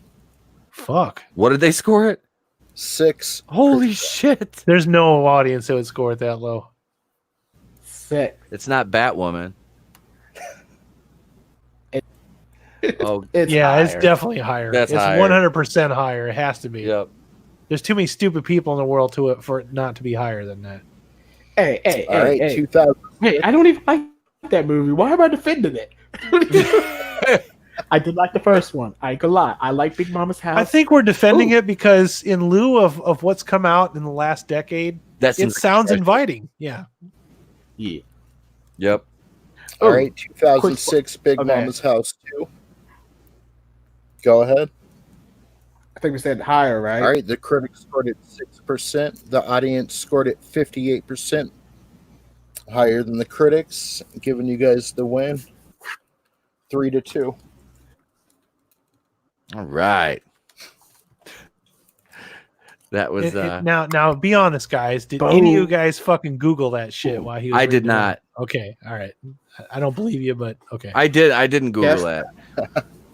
Actually, I was tuning on camera on the Netflix. beginning. I just found out both Bad Boys is on Netflix. Oh shit. I had a couple people in the chat got put in timeout, and it came through on my phone, and it was Flare X and Leo Red. So I'm kind of trying to get to figure out why I don't think it was me. Yeah, because I don't have it opened up on my phone, and I don't think I put him on timeout. Yeah. No, it wasn't. It wasn't. I did not even. Nope. I see who did it, and I already messaged him. Okay. So it's because I was like, those guys never do anything wrong. I see it now. Yep. Okay, and he just messaged me back, and his phone was in his pocket, and it was open. Yeah. So, sorry, guys, you got pocket banned. Yep. So they were in timeout for a couple minutes. So Flare X, I'm apologizing to you and Leo. That was unsubscribe. Yeah, I know. I just lost subscribers. My moderator apologizes for the pocket mix up. He's the moderator is drunk with power. Let the blue wrench go to their head. It's like the blue check marks on Twitter. That's how it happens, man. That blue wrench just goes to people's heads. They get Leo, you got pocket banned. Tap and Die. Oh, look who's in the chat. Tap and Die's in the chat. What's up, man? Timeout, boys and girls. That's right. Tap and Die's in the chat. Oh shit. Let the insanity start. Yep. Here it is. I'll put your comment up there. There it is. Pocket banned. And here. Oh, I wasn't gonna say who it was, but he seemed to just own up to it. Raised Double Dog said, "Sorry, lads, you were pocket banned." I'm just glad I didn't do it because I'm like, I'm having one of those days. It would be I me saw to it. do some dumb shit like that. No, thank God it wasn't. Yeah. I saw a comment removed, and I'm like, "Who's removing?" I'm like, "Who's got wrenches?" I'm like, "Oh shit!" I'm looking. I'm like, "Well, there's a couple wrenches in the chat." And I'm like, damn it! It was. I assumed it was probably a fucking mistake. So I was gonna say the chat's a lot nicer to me than the panel. Yeah. Let's say, yeah, the chat has been kind this evening, ladies and gentlemen. The chat has been very kind. Appreciate it, chat. I've had a rough day. And thank you, Tony, for putting the game together, man. Definitely. That was a good one. That was a good one. Next one. I know. I'm looking forward to next week now. Let's see. Okay, so we can jump to main topic number 2 for the evening, which will be our last topic for the evening, is Morbius. Now that trailer dropped today. Every YouTuber and their brother and mother and sister and uncle daddy has done videos on it, including yours truly. I think it looked really good, but I want to send it over to the panel first. Coach Loudy, have you watched the trailer? No dice home slice. I have not gotten a chance to. You haven't got shame. For shame. Yeah, I pulled off an Alex, and I'm gonna wait a week to see it. Jesus. Just because I was 1 week late to see slipping shade. Throwing shade over here, man. Hey man, call me chubby shady because I ain't slim. Oh, hey, wait, Ray. Let's see. Do we know which universe this movie is set in? Listen to me. This movie is set in the universe adjacent to the Marvel Cinematic Universe that can reference Marvel Cinematic Universe happenings, events, and superheroes, characters, things like that. But the events of the Sony universe, the Venomverse, as it were, are not canon to the Marvel Cinematic Universe. Translation. It's like the Netflix shows. Yep. They don't count. And it probably ended up being better. Dude, they have like Black Cat, Silver Sable, Shriek, Carnage, Kraven the Hunter. There's so much stuff in the works over at Sony right now that I really, and it's going to be this dark, tonally kind of gritty, which I like. I'm looking forward to seeing that with Venom 2, and especially with Morbius. Now, I forgot about this movie. I forgot this was coming out this year, and I saw a leaked image of Jared Leto, and like I said, I never read the comics. This is a very niche character. Like, they really went out on a limb. Actually, I will say he's got some exposure, but only because of the 90s Spider-Man cartoon. He had like the whole second season was dedicated to Morbius, which was weird at the time. I remember people complained about that. I want to crossover with the Marvel TV universe and Cheers, where Kraven the Hunter walks in with the bar with Cliff Clavin, and he hunts down Vera. Yep. Well, shouldn't Flare X be able to come back into the chat now? It was only like he was placing time out, but it was 300 seconds. I think you should time out him again just out of spite. You know, you accidentally just out of sheer spite. Fun of Ruby Rose. Yeah, there you don't make fun of my girl. No, this is I don't know. I think this looks cool. Petrie's Ruby Rose, like Samuel Jackson did. He's like, that's my little surfer girl. I don't know. Jackie Brown. Yep. I mean, I don't know. I did confuse his profile picture of Ruby Rose for Elvis Presley earlier. So he did. He's like, yes, Elvis. Like, that's not Elvis. Well, it looked like Elvis. God damn it! I just want to know which ham products she uses in her hair. That's all I want to know. I'm not asking anything personal. Just what ham products do you use in your hair? She using that herbal essence, but she orgasm in the shower. Come on now. He's got the urge for herbal. I used some herbal essence right before we came on the air. Shit, good ass. No, weed doesn't count. We're talking about shampoo, you hairless guy. I have shampoo. I use it on my beard. I shampoo and condition every day. Oh, dude, me too. I have to, man. This bitch gets coarse. It is. Plus, I gotta touch it up. I got a lot of gray coming through. I need a little bit of maintenance. I gotta Earl Scheib this shit. Fucking Pete's in front of the mirror, like, I'm dreaming of a wife. That's what it's like. All back here too. It's like right back. It's like all gray up in there. I'm like, God damn it. So, So I ain't doing. I gotta dye that shit. I do, man. I've been dyeing it since before I was going gray, because when I was wrestling, we were on TV. So it was like I always went to the tanner and I always dyed my beard, made sure that shit was on point because it looked better on TV when it was darker. Because I mean, my facial hair really, I mean, it's dark, but it wasn't that like as dark as I would dye. Because I like dye it like Hollywood Hogan black. But Pete, what? Does the carpet match the drapes? That's what we have to know. There's no drapes. I don't put window treatments on. Oh God.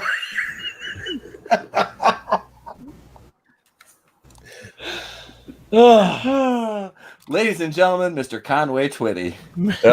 Hello, darling. This is not get a Conway Twitty. You're getting Conway Twitty. Shut up, Meg.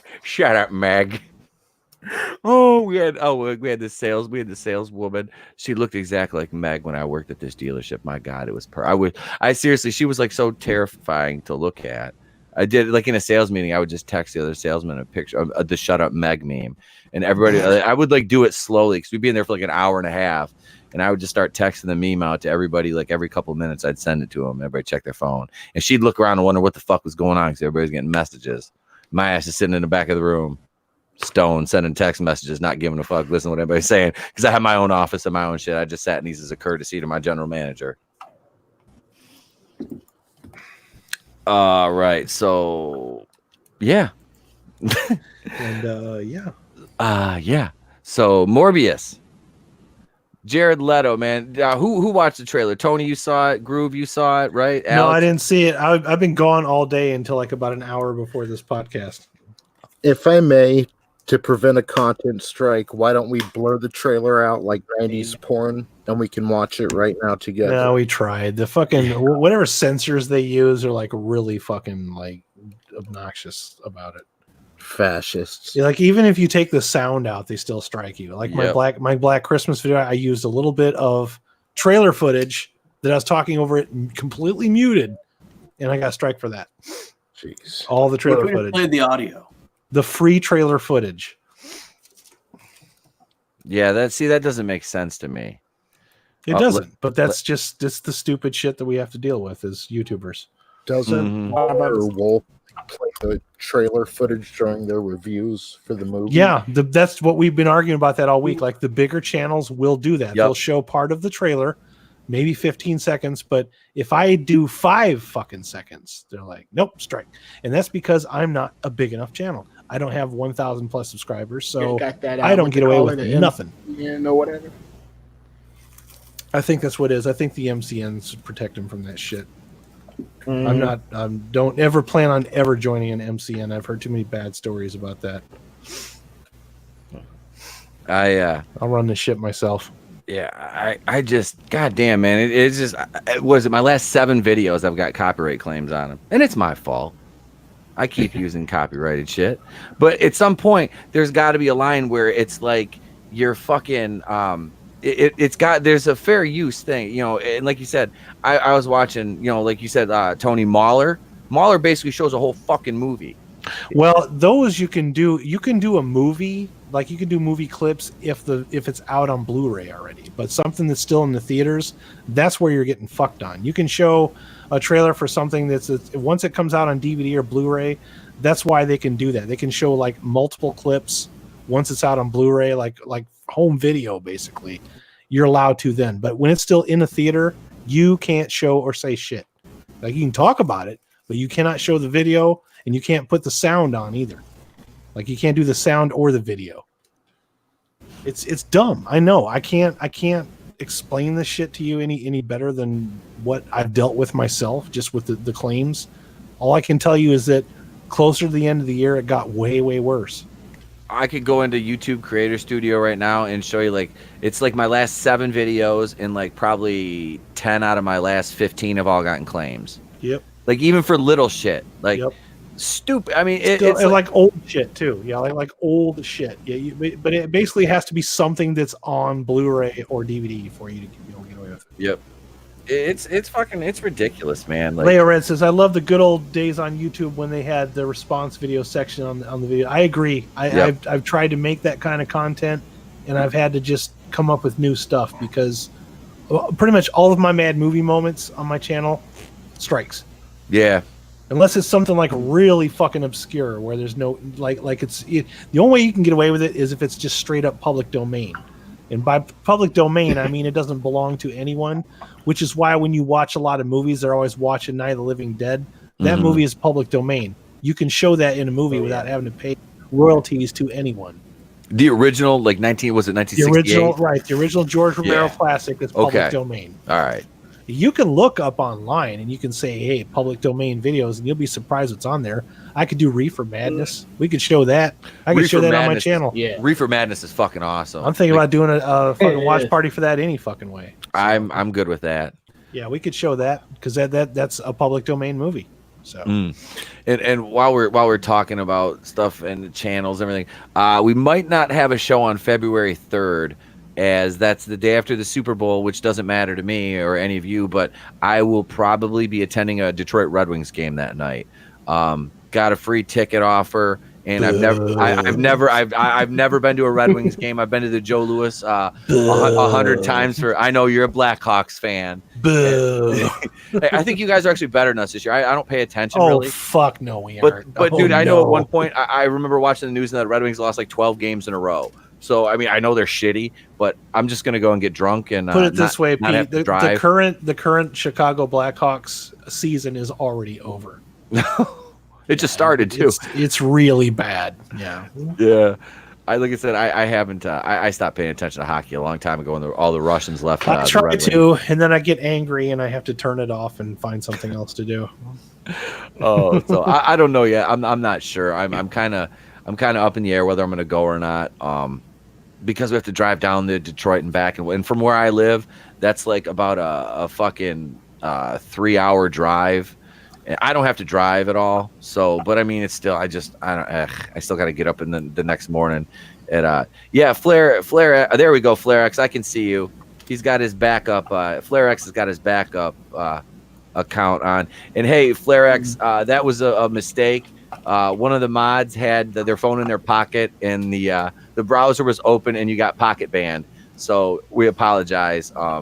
Leo Rance, look at, he's another Blackhawks fan. Said Boo Red Wings, go Blackhawks. Flare X45 is a Sharks fan, and Tap and I just is quack quack.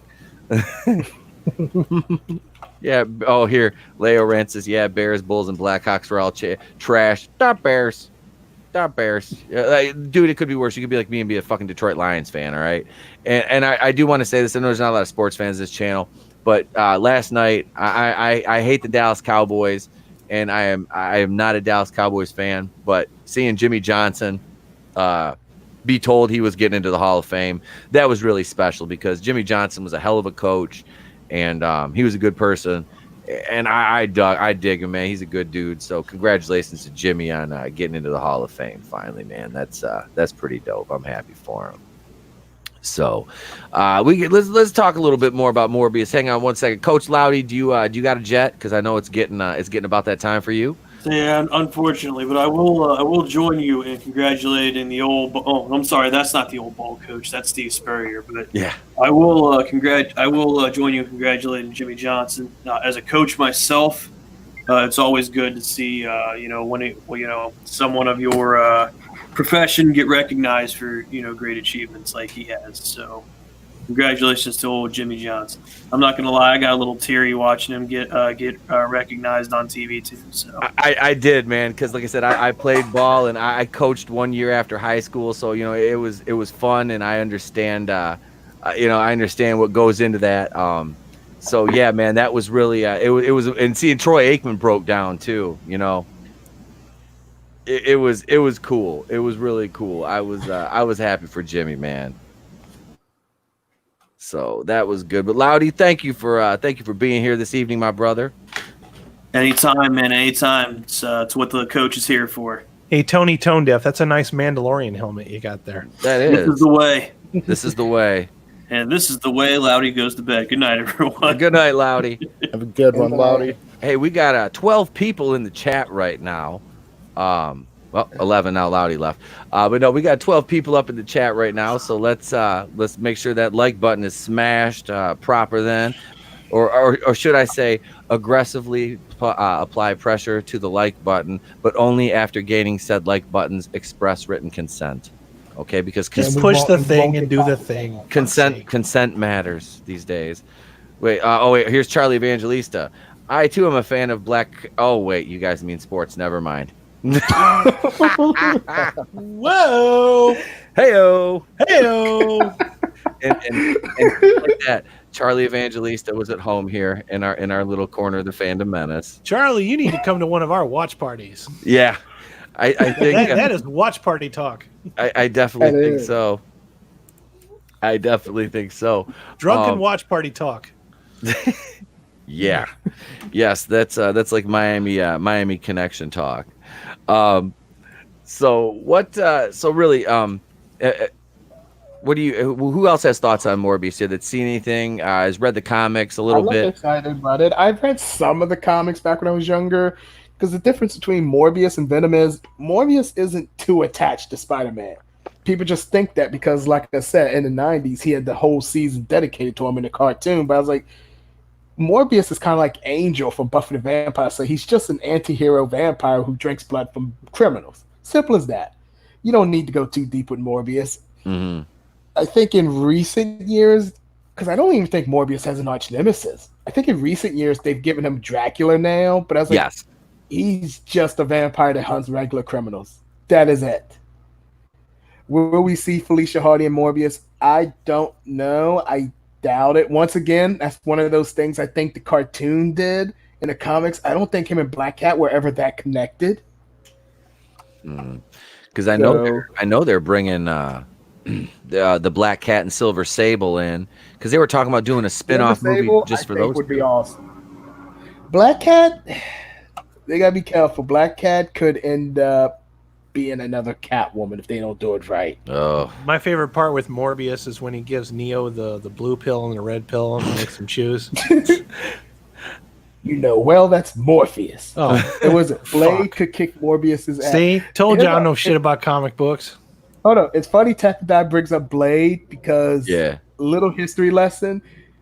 Blade in the comic books is not a half-breed vampire. He wasn't.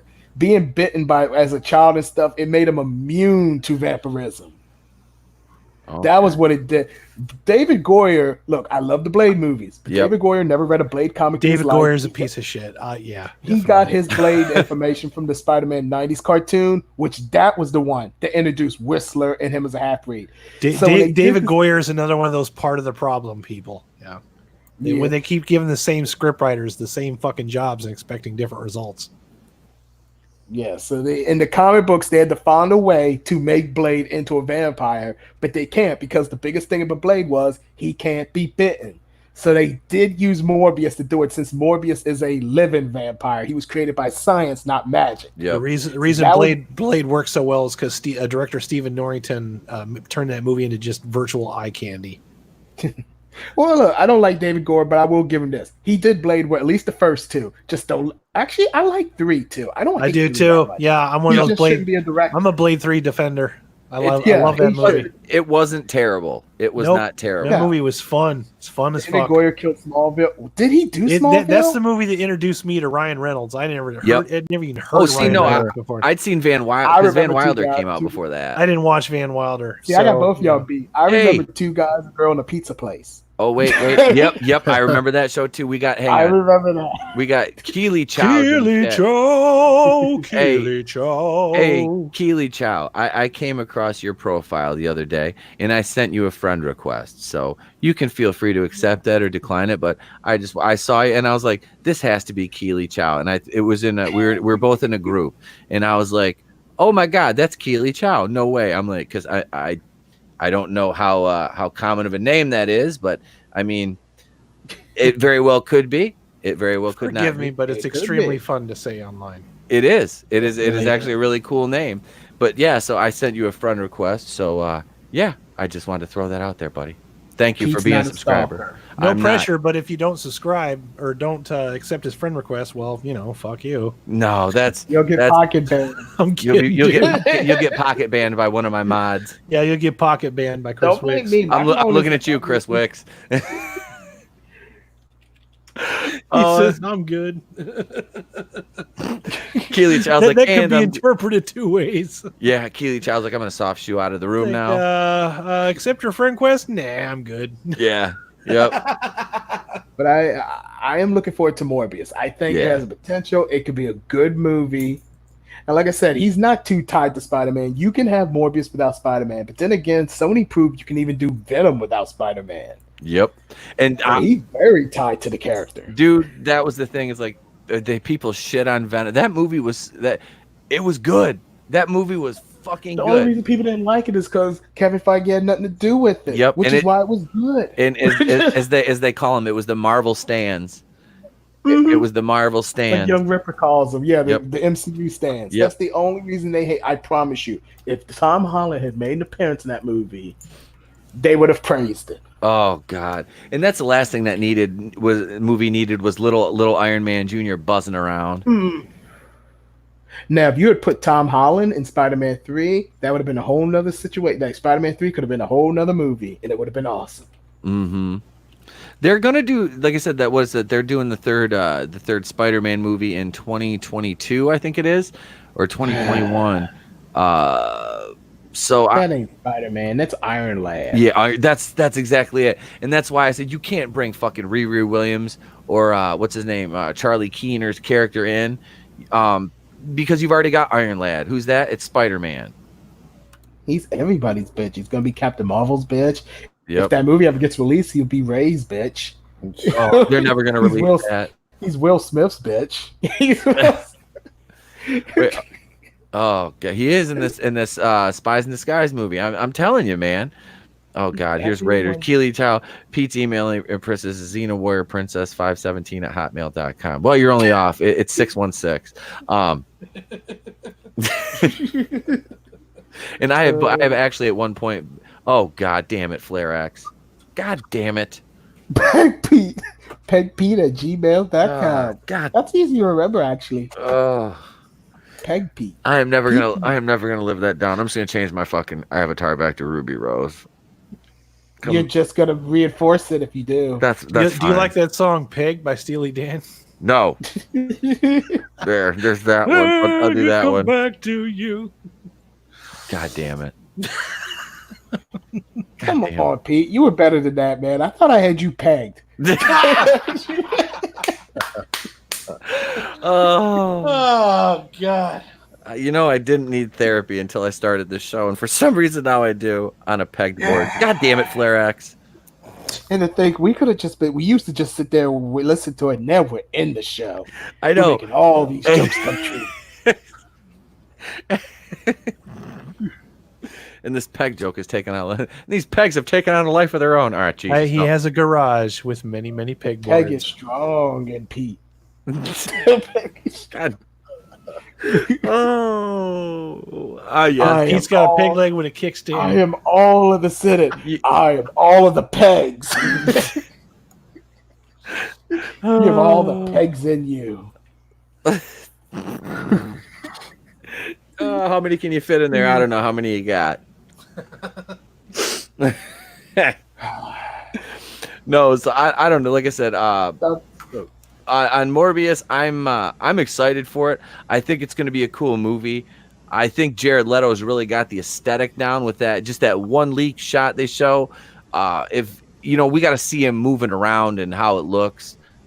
But I mean, I'm like you said, Kevin Feige's not involved in this. That gives me a nice glimmer of hope for it. It really does, because too many bad jokes in it. Yeah, his reaction to Scott Derrickson, talking about wanting to make. Well, Derrickson left Doctor Strange too, and this is something else I kind of wanted to touch on here real quick. Was Scott Derrickson leaving that takes away pretty much any glimmer of hope for that being having a horror aspect to it. So, because that was never the plan. They wanted jokes. That's what Feige does. He wants his jokes. He's like, this is how Avengers 1 was done. We got to do every single movie just like Avengers. And it just gets so cumbersome and tiring to, and I enjoy the MCU, I really do. But God, man, it's just, come on, you got to take a chance on something. We've talked about this. That's like the X-Men universe. It took chances. That's the beauty of it. They not always hit, but they did. The movies took their chances. But when they did hit, it was worth it. It was the payoff was worth it. It was worth the failing. Even Spider-Man took chances. Contrary to what people think, Avengers is not the first comic book Marvel movie with cosmic elements. Spider-Man 3 made Venom an alien. Yep. Spider-Man dealt with alien stuff before the X-Men did. Mm-hmm. Yeah, that symbiote didn't just show up there. He fucking fell out. They didn't do the Ultimate Universe thing where, he was created as a cure for cancer. Like, no, it was an alien. It came from space, and it wanted to fuck shit up. Yep. Marvel don't take chances. Guardians of the Galaxy was the last time they took a chance. They don't take chances. It's a shame, too, because they really could. They could branch off into so many genres, and it would make it more interesting for when they would come together in, Avengers movies. But they do try. They do, but they can't help it. They got to get those bad jokes. It's the joke. And look, I don't mind funny movies. I like Guardians of the Galaxy. I love Deadpool. I love Ant-Man. I don't want any more Peter Tingle. Okay. No. Yeah, I don't want any more of that kind of fucking humor. I don't want bad jokes. I'm gonna be honest. Unless it's either James Gunn or what's his name, Peyton Reed, who did Ant-Man. Unless it's either those two or the Russo brothers, Marvel movies aren't funny. They try, but they're Favreau's funny, but that's about it. Yep. The rest of them aren't funny. And Favreau's funny if he's writing the stuff. If he's just doing what's in the script, not so much. But because I'll sit there like, look, I'll look at all of Iron Man 3 and Thor: Dark World and Ragnarok. I won't laugh one time. I'm telling you, dude, the fucking Homecoming or Far From Home. Yeah, Far From Home was when I was really feeling the pain of those damn jokes, man. Like they were really obnoxious, like just glaringly obnoxious jokes. What kills me is like the beginning of Infinity War when they're on Thor's ship. That was an intense scene. And then Thor comes out with "You talk too much," and it kind of pulls you out of the scene. It takes away the gravity. Because that's of what the people want moment. Thor to be now. Like the reason you put the humor in there to begin with is to give the audience a minute to breathe. You know, it's not designed to be a crutch or a selling point. You know, It doesn't age well. I hope to God that the what do you call Black Widow movie isn't full of that shit too. Have you not seen Red Guardian? Yeah. Red Guardian looks like, which is sad because Red Guardian is supposed to be such a serious character. Nope, he's going to be the Thor. Yeah, he's Russia's version. Now of I think it's Captain going to have to America. be a standard a Marvel mandate that all Marvel movies have to have one like butt of like the comic relief character in them, you know. But see, the problem is Marvel. Every character's the comic relief character. It's getting to that point. It really is. Yeah, And like as much as we dog on Taika Waititi, his Marvel stuff is what's annoying. I liked him when he did like What We Did in the Shadows, but that's an R-rated comedy. Okay, when you put him in a PG-13 setting, you get like all of his worst elements. You know. Mm-hmm. And I was Yeah. feeling some of that in The Mandalorian, but we'll talk about that some other time. Like I said, it does help if you have actual people who know comedy. Like I said, I like Ant-Man movies because that's because you have actual comedians writing that movies. Yeah. The Russo brothers, they're not really comedians, but they're subtle. The Russos will make a joke like once every 30 minutes or something like that. And because of that, I'll chuckle at it. I chuckled at the one or two jokes in Civil War more than I did any If joke they would have had in the Iron Hot Man Fuzz 3. director in there, that would have been really good too. But that fell apart. I laughed way more at Civil War than I did anything in Iron Man 3 and Thor Ragnarok. See, I like Civil War, and Civil War got a lot of heat. I like that movie. I like Edgar Civil War. Wright. It's That's not the one better I was than- thinking of. Edgar Wright. Yeah. Well, Edgar Wright didn't do Ant-Man. He was No, supposed to. Edgar Wright was supposed to do Oh, yeah. Ant-Man, but had he done Ant-Man, it would have probably been funnier or equally as Oh funny. yeah. I really. Because Some of his his movies scripts, are really yeah. slick. Yeah, but he Some of can his he can scripts write did comedy. Yeah. Has anybody else See, seen this Ray's one? double dog. Josh Whedon did Avengers. Yeah, Yep. that's the problem. Yeah. Josh Whedon is the problem. Marvel's been trying to mimic his style of Yep. quick. Look, it works for Buffy because it's a bunch of teenage kids. Yep. But even then, you have to be careful. Like every teenage kid shouldn't sound like a quippy thespian. Yeah. You know, like enough with the quips. That's Yep. that's It's that's what I'm annoying. getting. Yeah, it's like Far From Home is like 80 minutes of dorky Yeah. jokes, like really dorky. Whedon is the one who started this. They're That's the why kind he of got the jokes boot. that if I would have told them when I was in high school, I would have died because I would have been beaten to death. Yeah. I would have been beaten to death saying Yeah, any I of those give jokes. Whedon no credit for Avengers. No, it's a decent movie, but Yep. he's the one that started this whole thing. Yeah. He's like loot boxes in Overwatch. He started a terrible trend that they just never got over. That's why with Agents of S.H.I.E.L.D. At least the first season, like they tried to make it more like a Josh Whedon where everyone's doing quips. Yep. Everyone's being funny. I and noticed jokey. that. I noticed that in the first. Like I said, It got better. I'm into the first season, about 6 or 7 Skip episodes. to the end. And Just skip to the Winter Soldier episode, then the show gets good. Other than that, it is terrible up until that I point. really, really like that girl that plays Quake. Chloe Bennett. Oh God, yeah. Where's my lotion? I'm gonna need a few minutes alone. Yeah, That's my Ruby Rose. she's a double dime, man. What Keely Chow says, Jojo Rabbit was pretty good. Has anybody else seen that? Mm-mm. Nobody seen Jojo Isn't Rabbit? that the one where hell Taika no. Waititi plays Hitler? Yes. In which I hell no. immediately thought to myself, Hitler deserved better than that. That's how much hatred I have for Taika Waititi when I'm like, Hitler deserved better than that. Let's see what He was a horrible human being, but he wasn't a monster like Taika Waititi. you did Taco I'm Tuesday, Tiki Barber. There is nothing. There is no movie that I hate more than Thor Ragnarok. No, maybe Batman and Harley Quinn, but other than that, Oh, here's a good one from Keely Chow. I think you need to sit down and watch Black Christmas and then get back to me. Yeah. All Marvel did let me watch it. took some elements ahead. from the DCAU, including the humor and Joss Whedon's Buffy humor. Yeah, that's pretty much what Yeah. Marvel did. Well, like I said, humor. I don't mind humor. I laughed at Justice League. Justice League, I thought was funny. I enjoy it. See, that was the thing. Is like Yeah. I enjoyed that. Oh, I'm just gonna show this one. I'm not gonna say it. I'm not monetized, but I just He does. he deserves a He Yep, does. yep. Yep. Jeb Whedon did Agent of Shield. Yeah. Although I think Whedon did he at least did the first episode. I think too that he had something to do with that first episode. Of Agents But of either way, S.H.I.E.L.D., it's like like the Whedon's a one-trick pony. Everything's just jokes and not even jokes. It's quips, just quips. Yeah. Quick. Like Doctor Strange. The only part of Doctor Strange I hated was the stupid cape. Oh God, the cape of Aladdin's levitation. carpet. Yeah. Mm-hmm. Which is not even sentient in the comic. Well, it is now in the comic books. Well, because it wasn't the movie, Everything so that they hurried happens- up and made it Everything that sentient. happens in the movies, they shove it into the comic books. But in the comic, it was not a sentient cape. Would it be And now fair? it's just this goofy. Would it be fair to compare Joss Whedon to comedy what J.J. Abrams is to action? Yeah. Yeah, Yeah. yeah. I would say that's a pretty good That analogy. is a pretty good one. Yep. Like you're not J.J. Abrams not is really mystery original. boxes. Yeah. Instead of mystery boxes and lens flares, it's quip. Yeah. it's Which just which Mission Impossible movie did he do again? J.J. Two. Abrams. It was the second No. one. He did it was a 3 and 4, I think. He did. The one with the rabbit's foot. They never fucking tell you what that shit is. Because who did part 2 was done by the guy who did Face Off, John Woo. That was part 2. I'm talking about the one with the rabbit's foot. I don't remember which one. Maybe it was like 4 or 5, but it's. I've only seen like They 4 of never. them, so. There's a MacGuffin in the movie that they don't even bother fucking telling you what it is. Like the entire movie, it's the rabbit's foot.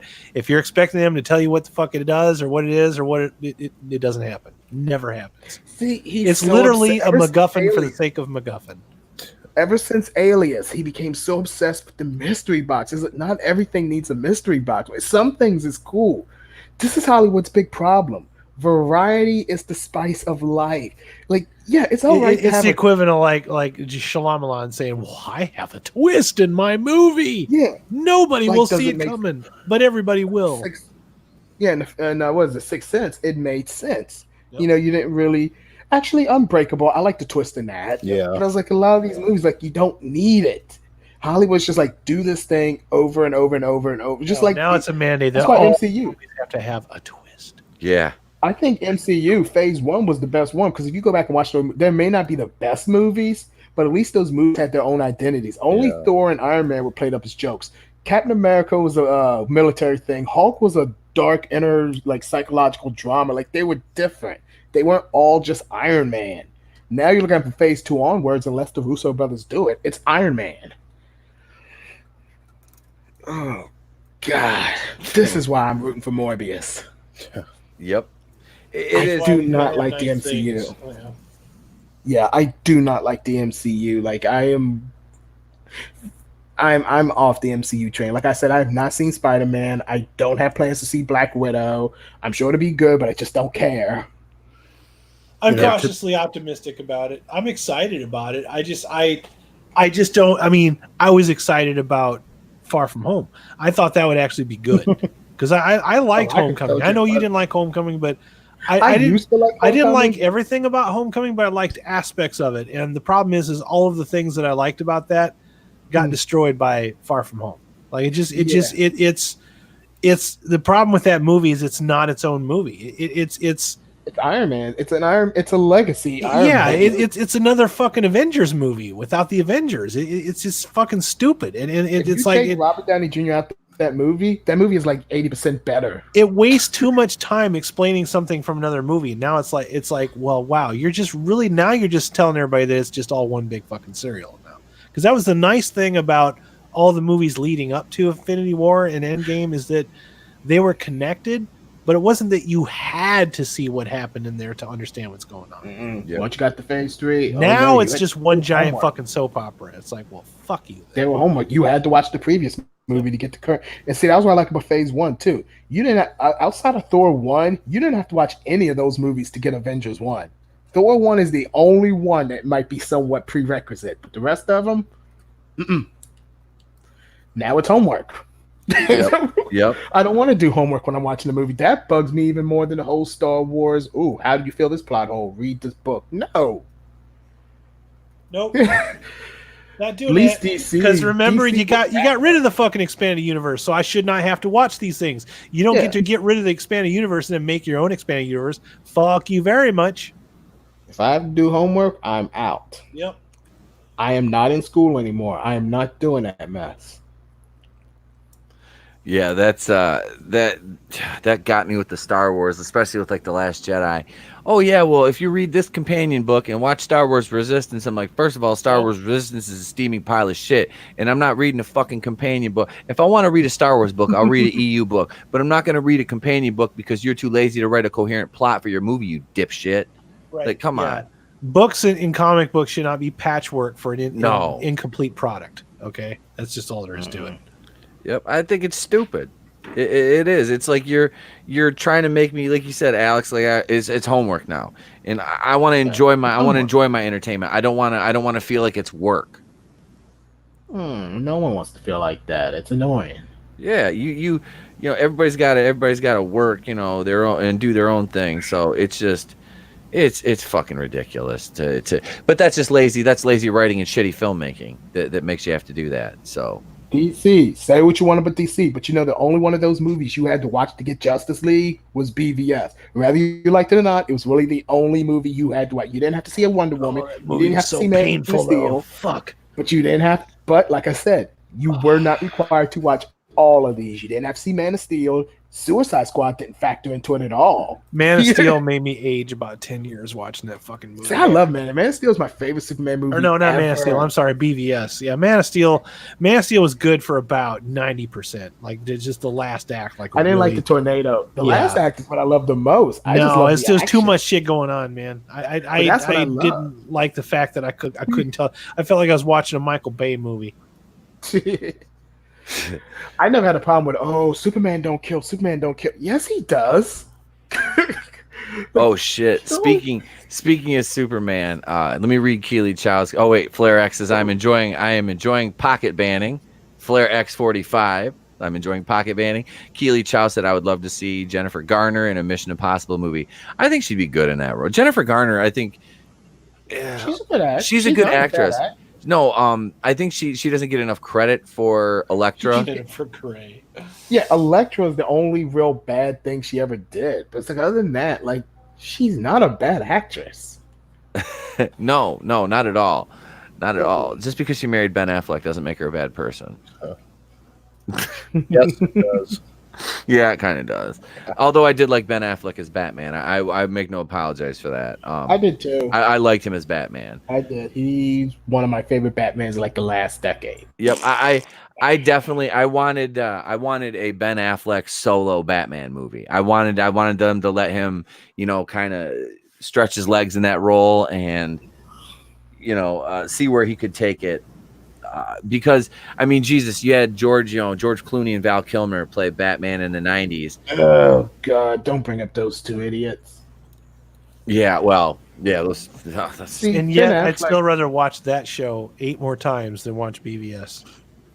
See, I can't. Batman and Robin, yes. Batman Forever, no. Batman Forever, I still think is the worst movie than BVS. I agree. I enjoy BVS.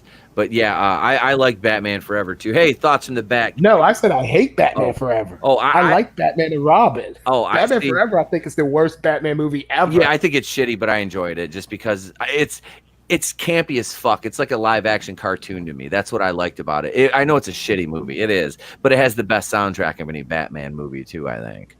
Seal fans. I like that U2 song, "Hold Me, Thrill Me, Kiss Me, Kill Me." That is. I like Jim Carrey, but I think that's about as far as it went. I didn't like Val Kilmer. He was a weird Batman. He did it backwards. His Batman was comical, smiling playboy, while his Bruce Wayne was dark and brooding. I was like, you got the reversed. Mm-hmm. You don't know. Say what you want about Clooney, but he nailed the Bruce Wayne facade. Yep. Oh, well, yeah. He was just playing himself, basically. You know, which is what Bruce Wayne is supposed to be. Yep. We got 11 people in the chat right now. Let me give a shout out. Keely Chow says, "Can anybody imagine Sidney Bristow and Ethan Hunt teaming up? That would be kind of cool." We got thoughts from the Batcave in the house. What is going on, my friend? Thank you for joining us. He said Ben Affleck should still be Batman. I will agree with you on that. Keely Chow says I kind of like 13 going on 30. I watched that. It wasn't a bad movie. I think Yeah, it wasn't bad. It wasn't bad. It's not for me, but for the time I watched, I was like, it was enjoyable. Like Yeah. Mark Ruffalo was even likable in that. That's difficult to say about Mark Ruffalo. It's difficult. It's really difficult to say. 13 going on 13 is your best movie, bro. Goober Brothers Entertainment says, "Hey, you guys, how you What's doing? up? What's up, sexy? How you doing?" Charlie Evangelista says, "My favorite role of hers." She's referring to Jennifer Garner. It was in The Invention of Lying, the Ricky Gervais movie. Yeah, I just watched that on Netflix like a few days ago. I do enjoy that movie. I haven't seen that one in God. That came out years ago. I haven't seen that probably since it came out. Yeah, like it's on Netflix now. That was why I watched it. I'll have to check it out on Netflix again. Like I said, it's one of those things where it'll be something I just put on kind of in the background. Yeah, that was what I did. On the background one day. Here's Keely Chow says the only reason I like Batman and Robin is because Arnold was hamming it up as Mr. Freeze. Oh Yes. yeah, yep. Arnold was Everyone definitely freeze. Cool party. Cool. You're not putting me back on the ice. I love that. Everybody chill. Was that when was that the one where Robin's like yeah, that was Batman. Holy rusted No, metal. that was Batman Forever. That was Batman Forever. We said the holy rusted metal Yeah. line. Really? He's like, really? No, I mean at the island. It's made of holy rusted metal. Yeah. Oh. What killed the dinosaurs? The Ice Age. God, I love that movie. It's terrible. It's really terrible, but I love Fucking fun. It's not boring. That's for damn sure. Now, BVS. But you know what? BVS did have some good parts, and I have to give it that. Yes, my theater applauded when Wonder Woman jumped in to save Yeah, Batman but from the problem Doomsday. is by the time Wonder Woman shows up, I'm already out cold. It took me 3 attempts to watch that fucking movie. I kept passing even out. the fight between Batman and Superman, as short as it was, Fucking until you got to the dull. whole Martha. No, No, man, it wasn't. It was a good fight. Until you got to the Martha part, that was a good fight. Like there is good in that movie. I'm not gonna sit here and say everything is bad about it. No, I mean, I like the Wonder Woman part, but like I said, by the time I got to it, the only way I was able to complete watching that movie is I had to remember how much of this have I seen.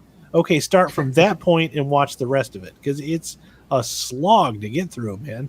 I'm not going to stand here and just agree blindly that that's a good movie when I hate it so much. No one's saying you got to. Yeah, but we're also not going to sit here and say it's this terrible movie either.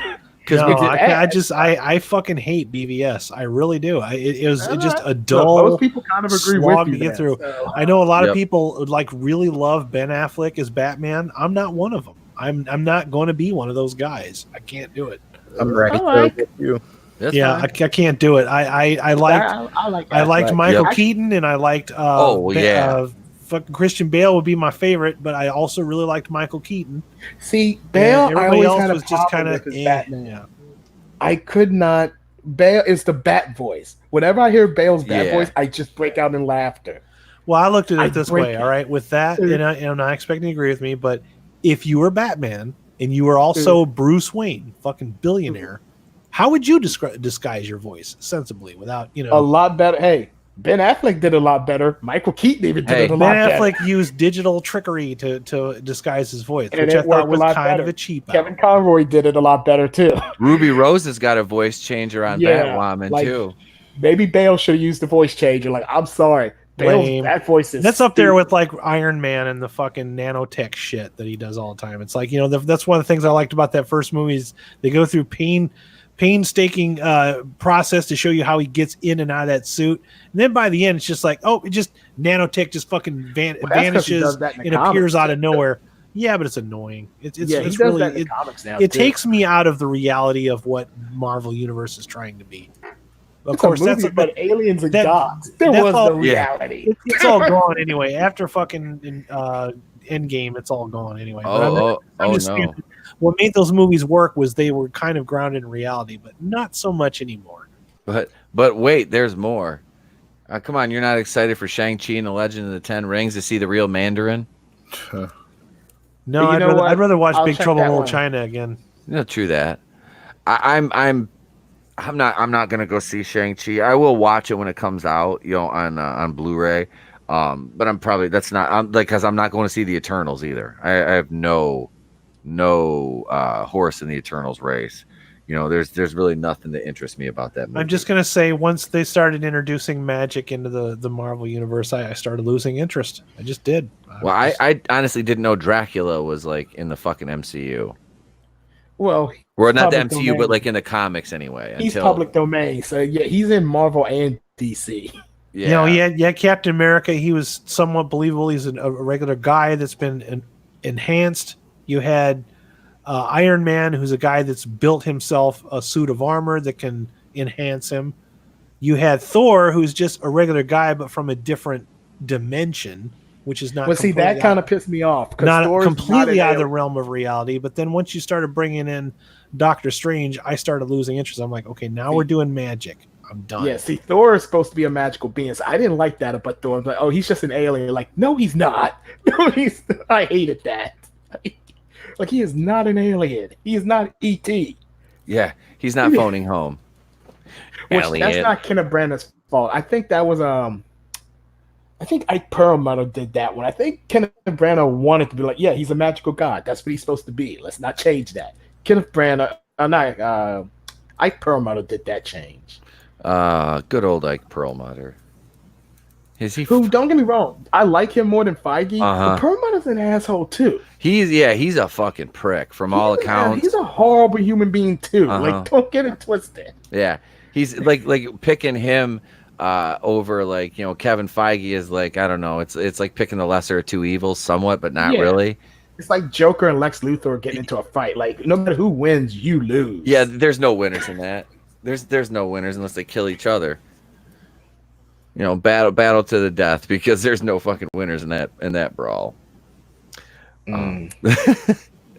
But so bring back Daredevil for another season. Yeah, you can even hide it behind Disney Plus if you want. That would probably get me to keep my fucking trial. But I see, that'd be hard for them to do. They'd have to pay Netflix some money for that. That show was fucking phenomenal, man.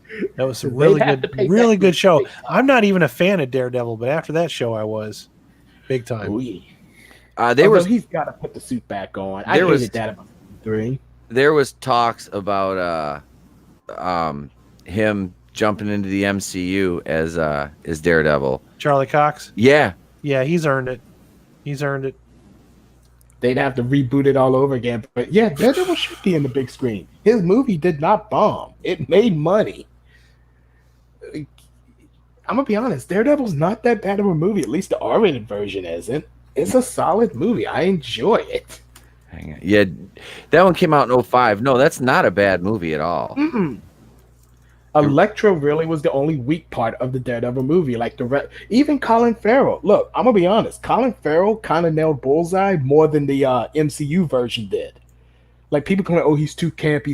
Bullseye's supposed to be camp. He's Daredevil's Joker. Yep. He's Joker and Deadshot mixed into one character. Like, he is remorseless. He doesn't care about human life.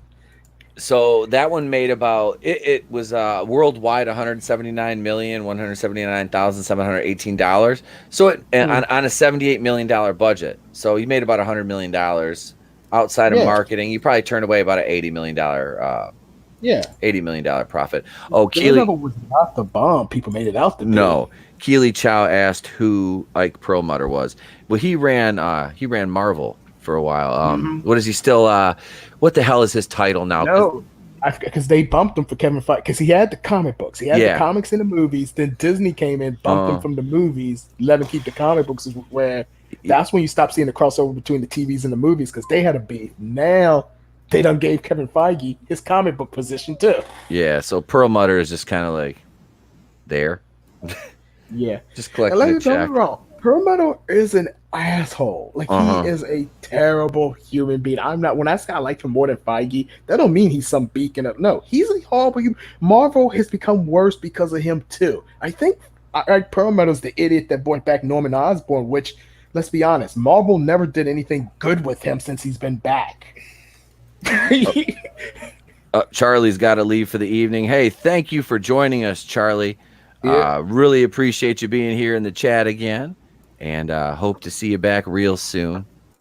Have yourself Have a good have one. yourself a great night. Yeah, I don't. Like I said, Pearl Mutter is like the guy's an asshole, like you said, Alex. He's a complete asshole. But yeah, Kevin Feige is just on that next level of just douchery. He is. He's Kevin Feige got better PR team. That's the only difference. Yep. Ike Perlmutter is more of a I'm just gonna say whatever and I don't fucking care. Whereas Feige knows he's a spin doctor. Kevin Feige's a spin doctor. The funny thing I think about Perlmutter, which I guess it doesn't make sense now, like people used to constantly crap on Marvel because they make fun of Trump, they make fun of Trump, they make fun of Trump. But yet they didn't realize Ike Perlmutter, who ran Marvel, donated like 80% of Marvel's profits to Trump's campaign. Yep. So all the SJWs that would buy a comic book making fun of Trump didn't realize they were supporting Trump. Yep. I think they never realized that. No, they did not. Perlmutter was like a hardcore Trump supporter. I was gonna say, yeah, he was very open about that.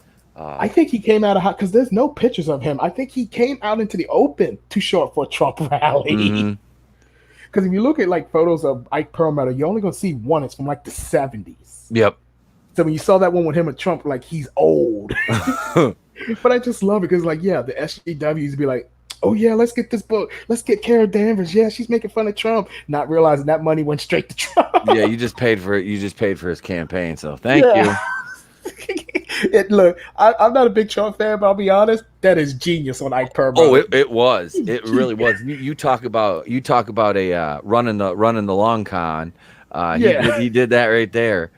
I was like, that is smart. That was smart. Yeah. Now you let Axel Alonso, he screwed it up, but Ike Perlmutter, he played it. The only thing that messed it up was SJWs ain't got no money. Yeah, that's the problem.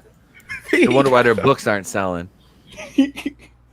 Keely Chow says Avi Arad is the worst person who is either affiliated or associated with Mark. Oh, Avi Arad. Basically, we wouldn't have had the shitty ass Eric Foreman, Topher Grace, Venom, and Spider-Man 3. Now, I will say this, and I hate Avi Arad, but I don't think he's worse than Perlmutter and Feige. No.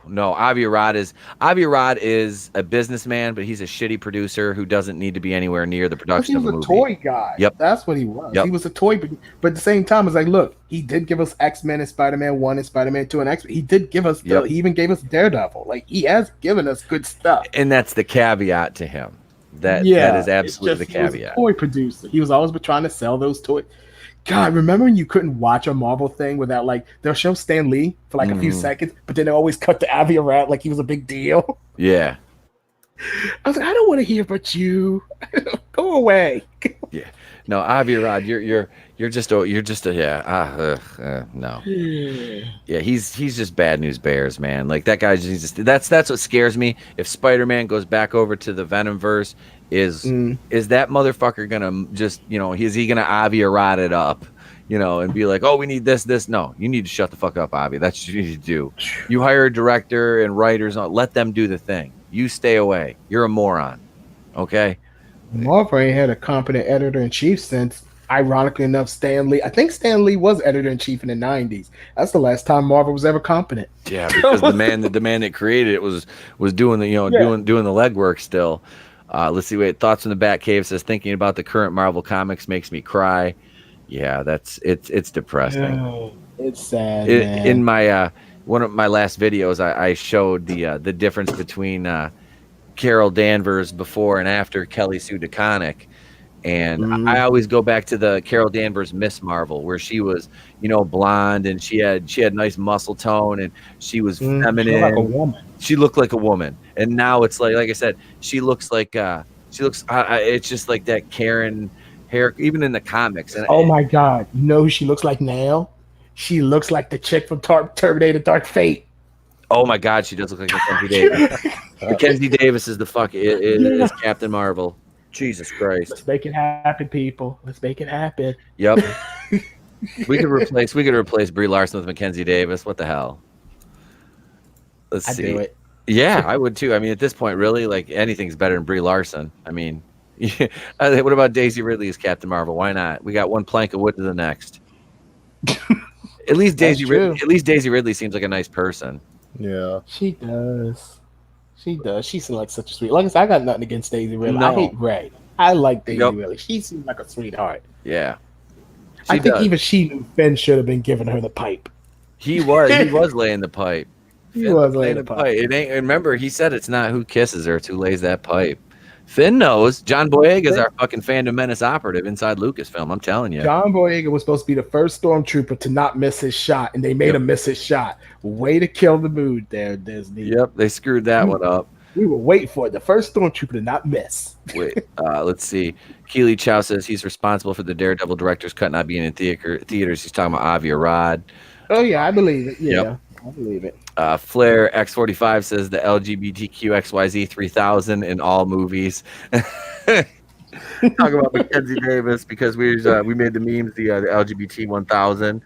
Let's see. Keely Chow says Daisy Ridley's pretty. Yeah, I think she's a very pretty woman, like I said, with a sweet personality. And that's what kills me. You see people talking shit about her looking like a dude. I'm like, she's not. Yeah. She doesn't look like a dude. Trust me. That messed out. Yeah, that is not what a dude looks like. Let's see. Leo Rant says she looks like the lead guitarist from Metalocalypse. Are you talking about? He's talking about Mackenzie Davis. That's funny. Oh man, poor Daisy Ridley. I think she'll get her career back on track. I hope she does. I know she really.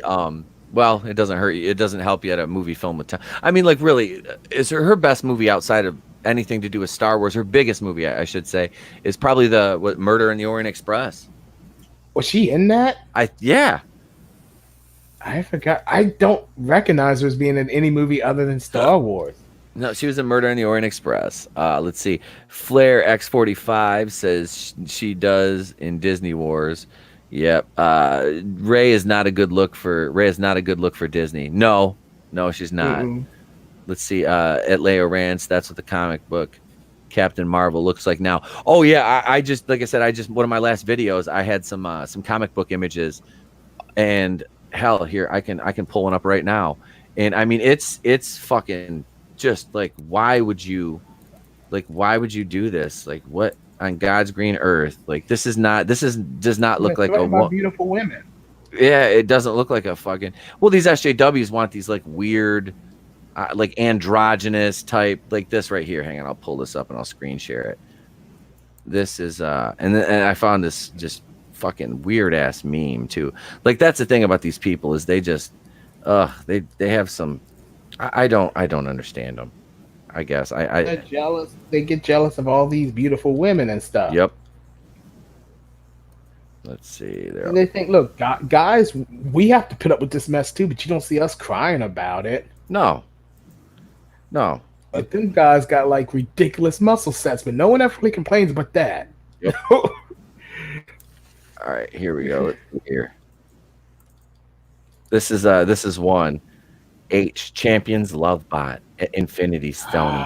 The MCU didn't give Brie Larson Carol short hair because she would have been too powerful with it. Someone need to introduce them to Samson. I think so. And this is the other one right here. Like, really? That's Justin Bieber right there. That's Kristen Stewart right there. Actually, oh Lord, no, that is Mackenzie Davis. Yep. I use this in my video. Is like, but this is the before and after the divorce picture. Like, this is after the divorce. I think that's Christian Slater. Oh my God, I can't unsee that now. I can't unsee that. Oh no. Interview with the Vampire. Here we go. Oh my God, I can't unsee it. I'm trying hard now. I can't. Wait, Keely Chow says, I hope we don't see a Justice Lords in the DCEU movie because I don't want to see Gal Gadot play Justice Lords Wonder Woman. I do not know Oh, is that like the Crime Syndicate, the Earth 3 one? Like the evil Superman? Like the evil Justice League? I don't know. Is that what it is? Was she voted in high school most likely to drop a ring into a volcano? Because I think they're going by different names. Yeah, I think they're going by different, like the Crime Syndicate is the Justice Lords. I think is what they were calling the Justice League cartoon, which was like the evil versions. Okay. Although I'm gonna be honest, if you did a Flashpoint movie that has Jason Momoa and Gal Gadot constantly having hot sex scenes together, you're gonna get a lot of money. Yeah, and the theaters are gonna be a mess, but you will make a lot of money. Yep. There'll be something for the men and the women. Those floors will be soaked and sticky as fuck. Yep, that is that, and this is let's see. I need an adult. I need an adult. Yeah, I am an adult. this is the this is the late night version of the show, ladies and gentlemen. We are we're in the bonus round now. And let's see. Wait, this right here. Let me go back to the screen share. Hang on a second. See, this is what Miss Marvel looked like when I was reading the books, and she didn't look like this fucking whack job, feminist land whale. But that's Miss Marvel right there, and Oh yeah. yeah, I really that's probably one of my favorite cosplays. Leo Rand said she looks like Spike from Buffy the Vampire Slayer. Hey, don't insult Spike like that. I was gonna say, what you got against Spike, man? Don't insult Spike. What did Spike do to you? Yep. Okay, right here. Thoughts in the Batcave says we're talking about the Justice Lords. It was the episode when Justice League turned evil after Lex Luthor killed the Flash. Okay. Yeah. So it's pretty All much right. this Earth Syndicate. All right. The Crime Syndicate one. Okay. So they're that's cool. Thank you for the explanation, everybody. I appreciate it because I was not familiar with that. But I do believe they are planning that Flashpoint movie in live action. I think they're going to save Flashpoint. It's like the break glass in case of emergency. Uh-huh. And right now, DC's doing all right. DC's kind of getting that goodwill back. Yeah, I was gonna say they're doing good with Shazam and Aquaman and Wonder Woman. Those movies kind of made you forget about which I don't even want to forget about the Zack Snyder stuff because I liked it. Yeah, I don't hate Zack Snyder. No. I got no beef with that man. No, the Now, problem like I is said, you replaced. I will admit, Man of Steel, I hated the tornado thing. Yeah. The tornado was stupid. Even I admitted that one. Mm-hmm. Yep, but overall, no, that movie that is a good that's a damn good Superman movie. And I was gonna tell you it's kind of cool because my I've told you guys my kid is he's in dance and he's the only boy out of there's six kids, he's the only boy, so it's him and 5 girls. So they're doing a superhero theme for their recital, and he gets to dress as Superman in the Richard Donner outfit, and all the girls wear the blue Lois Lane dress. Aww. So I saw pictures of him tonight. I was like, and it's the Donner outfit too. I'm like, yes. So yeah, that's kind of cool. It's got the little muscles in it and everything. Oh, it looks adorable. Which the kid, I'm not gonna lie, dude, the kid's already jacked. He's like 50 pounds and he's like 4 years old. So he's already kind of swole.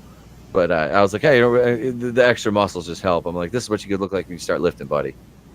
I'm like, I know you're 4 and you're still young and your joints are developing, but pick up them fucking dumbbells and let's get to work here, Hoss. Come on. Start doing push-ups, buddy. He's like, Robert Frank International Chest Day. He comes up to dude, that was me. I'm not gonna lie, that was me like 3 years ago. Every Monday posting about chest day. Yeah. But, I'm not even gonna lie. You look at my timeline, I don't know. I might have deleted half of them out of memories, just going like, oh my god, I was a douchebag. Like I was a fucking douchebag. I was such a fucking I kind of let myself get caught up in that whole fucking that was when I was wrestling. That was a very different Pete. That was a very different Pete back then. that was the Pete that forgot he had a soul for about a year. But yeah, it happens, right? Yes, it does. It happens, but I think this is probably a good place, even though we got 10 people in the chat still. I think this is probably a good place to cut it off. Around with us? Yeah, damn! I'm telling you what, guys, you have made the Flare laugh. X. What is? Oh God, the non-peg.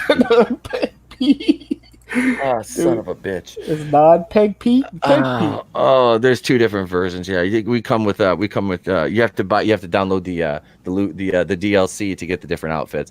Goober Brother. All about my representation. The Goober Brothers. I'm running to the store. Y'all want anything? Pete wants that square peg. God damn it! I want the same thing I get every time you go to the store. Get me Skittles and iced tea. I'm thirsty and hungry. And a rail peg. Fuck. Well, no, he wants to put the square peg in the round hole. Or his Ruby Rose want to put the square peg in the round hole. I don't know how they do it. There's Ruby. There she is. There's my girl. She's back.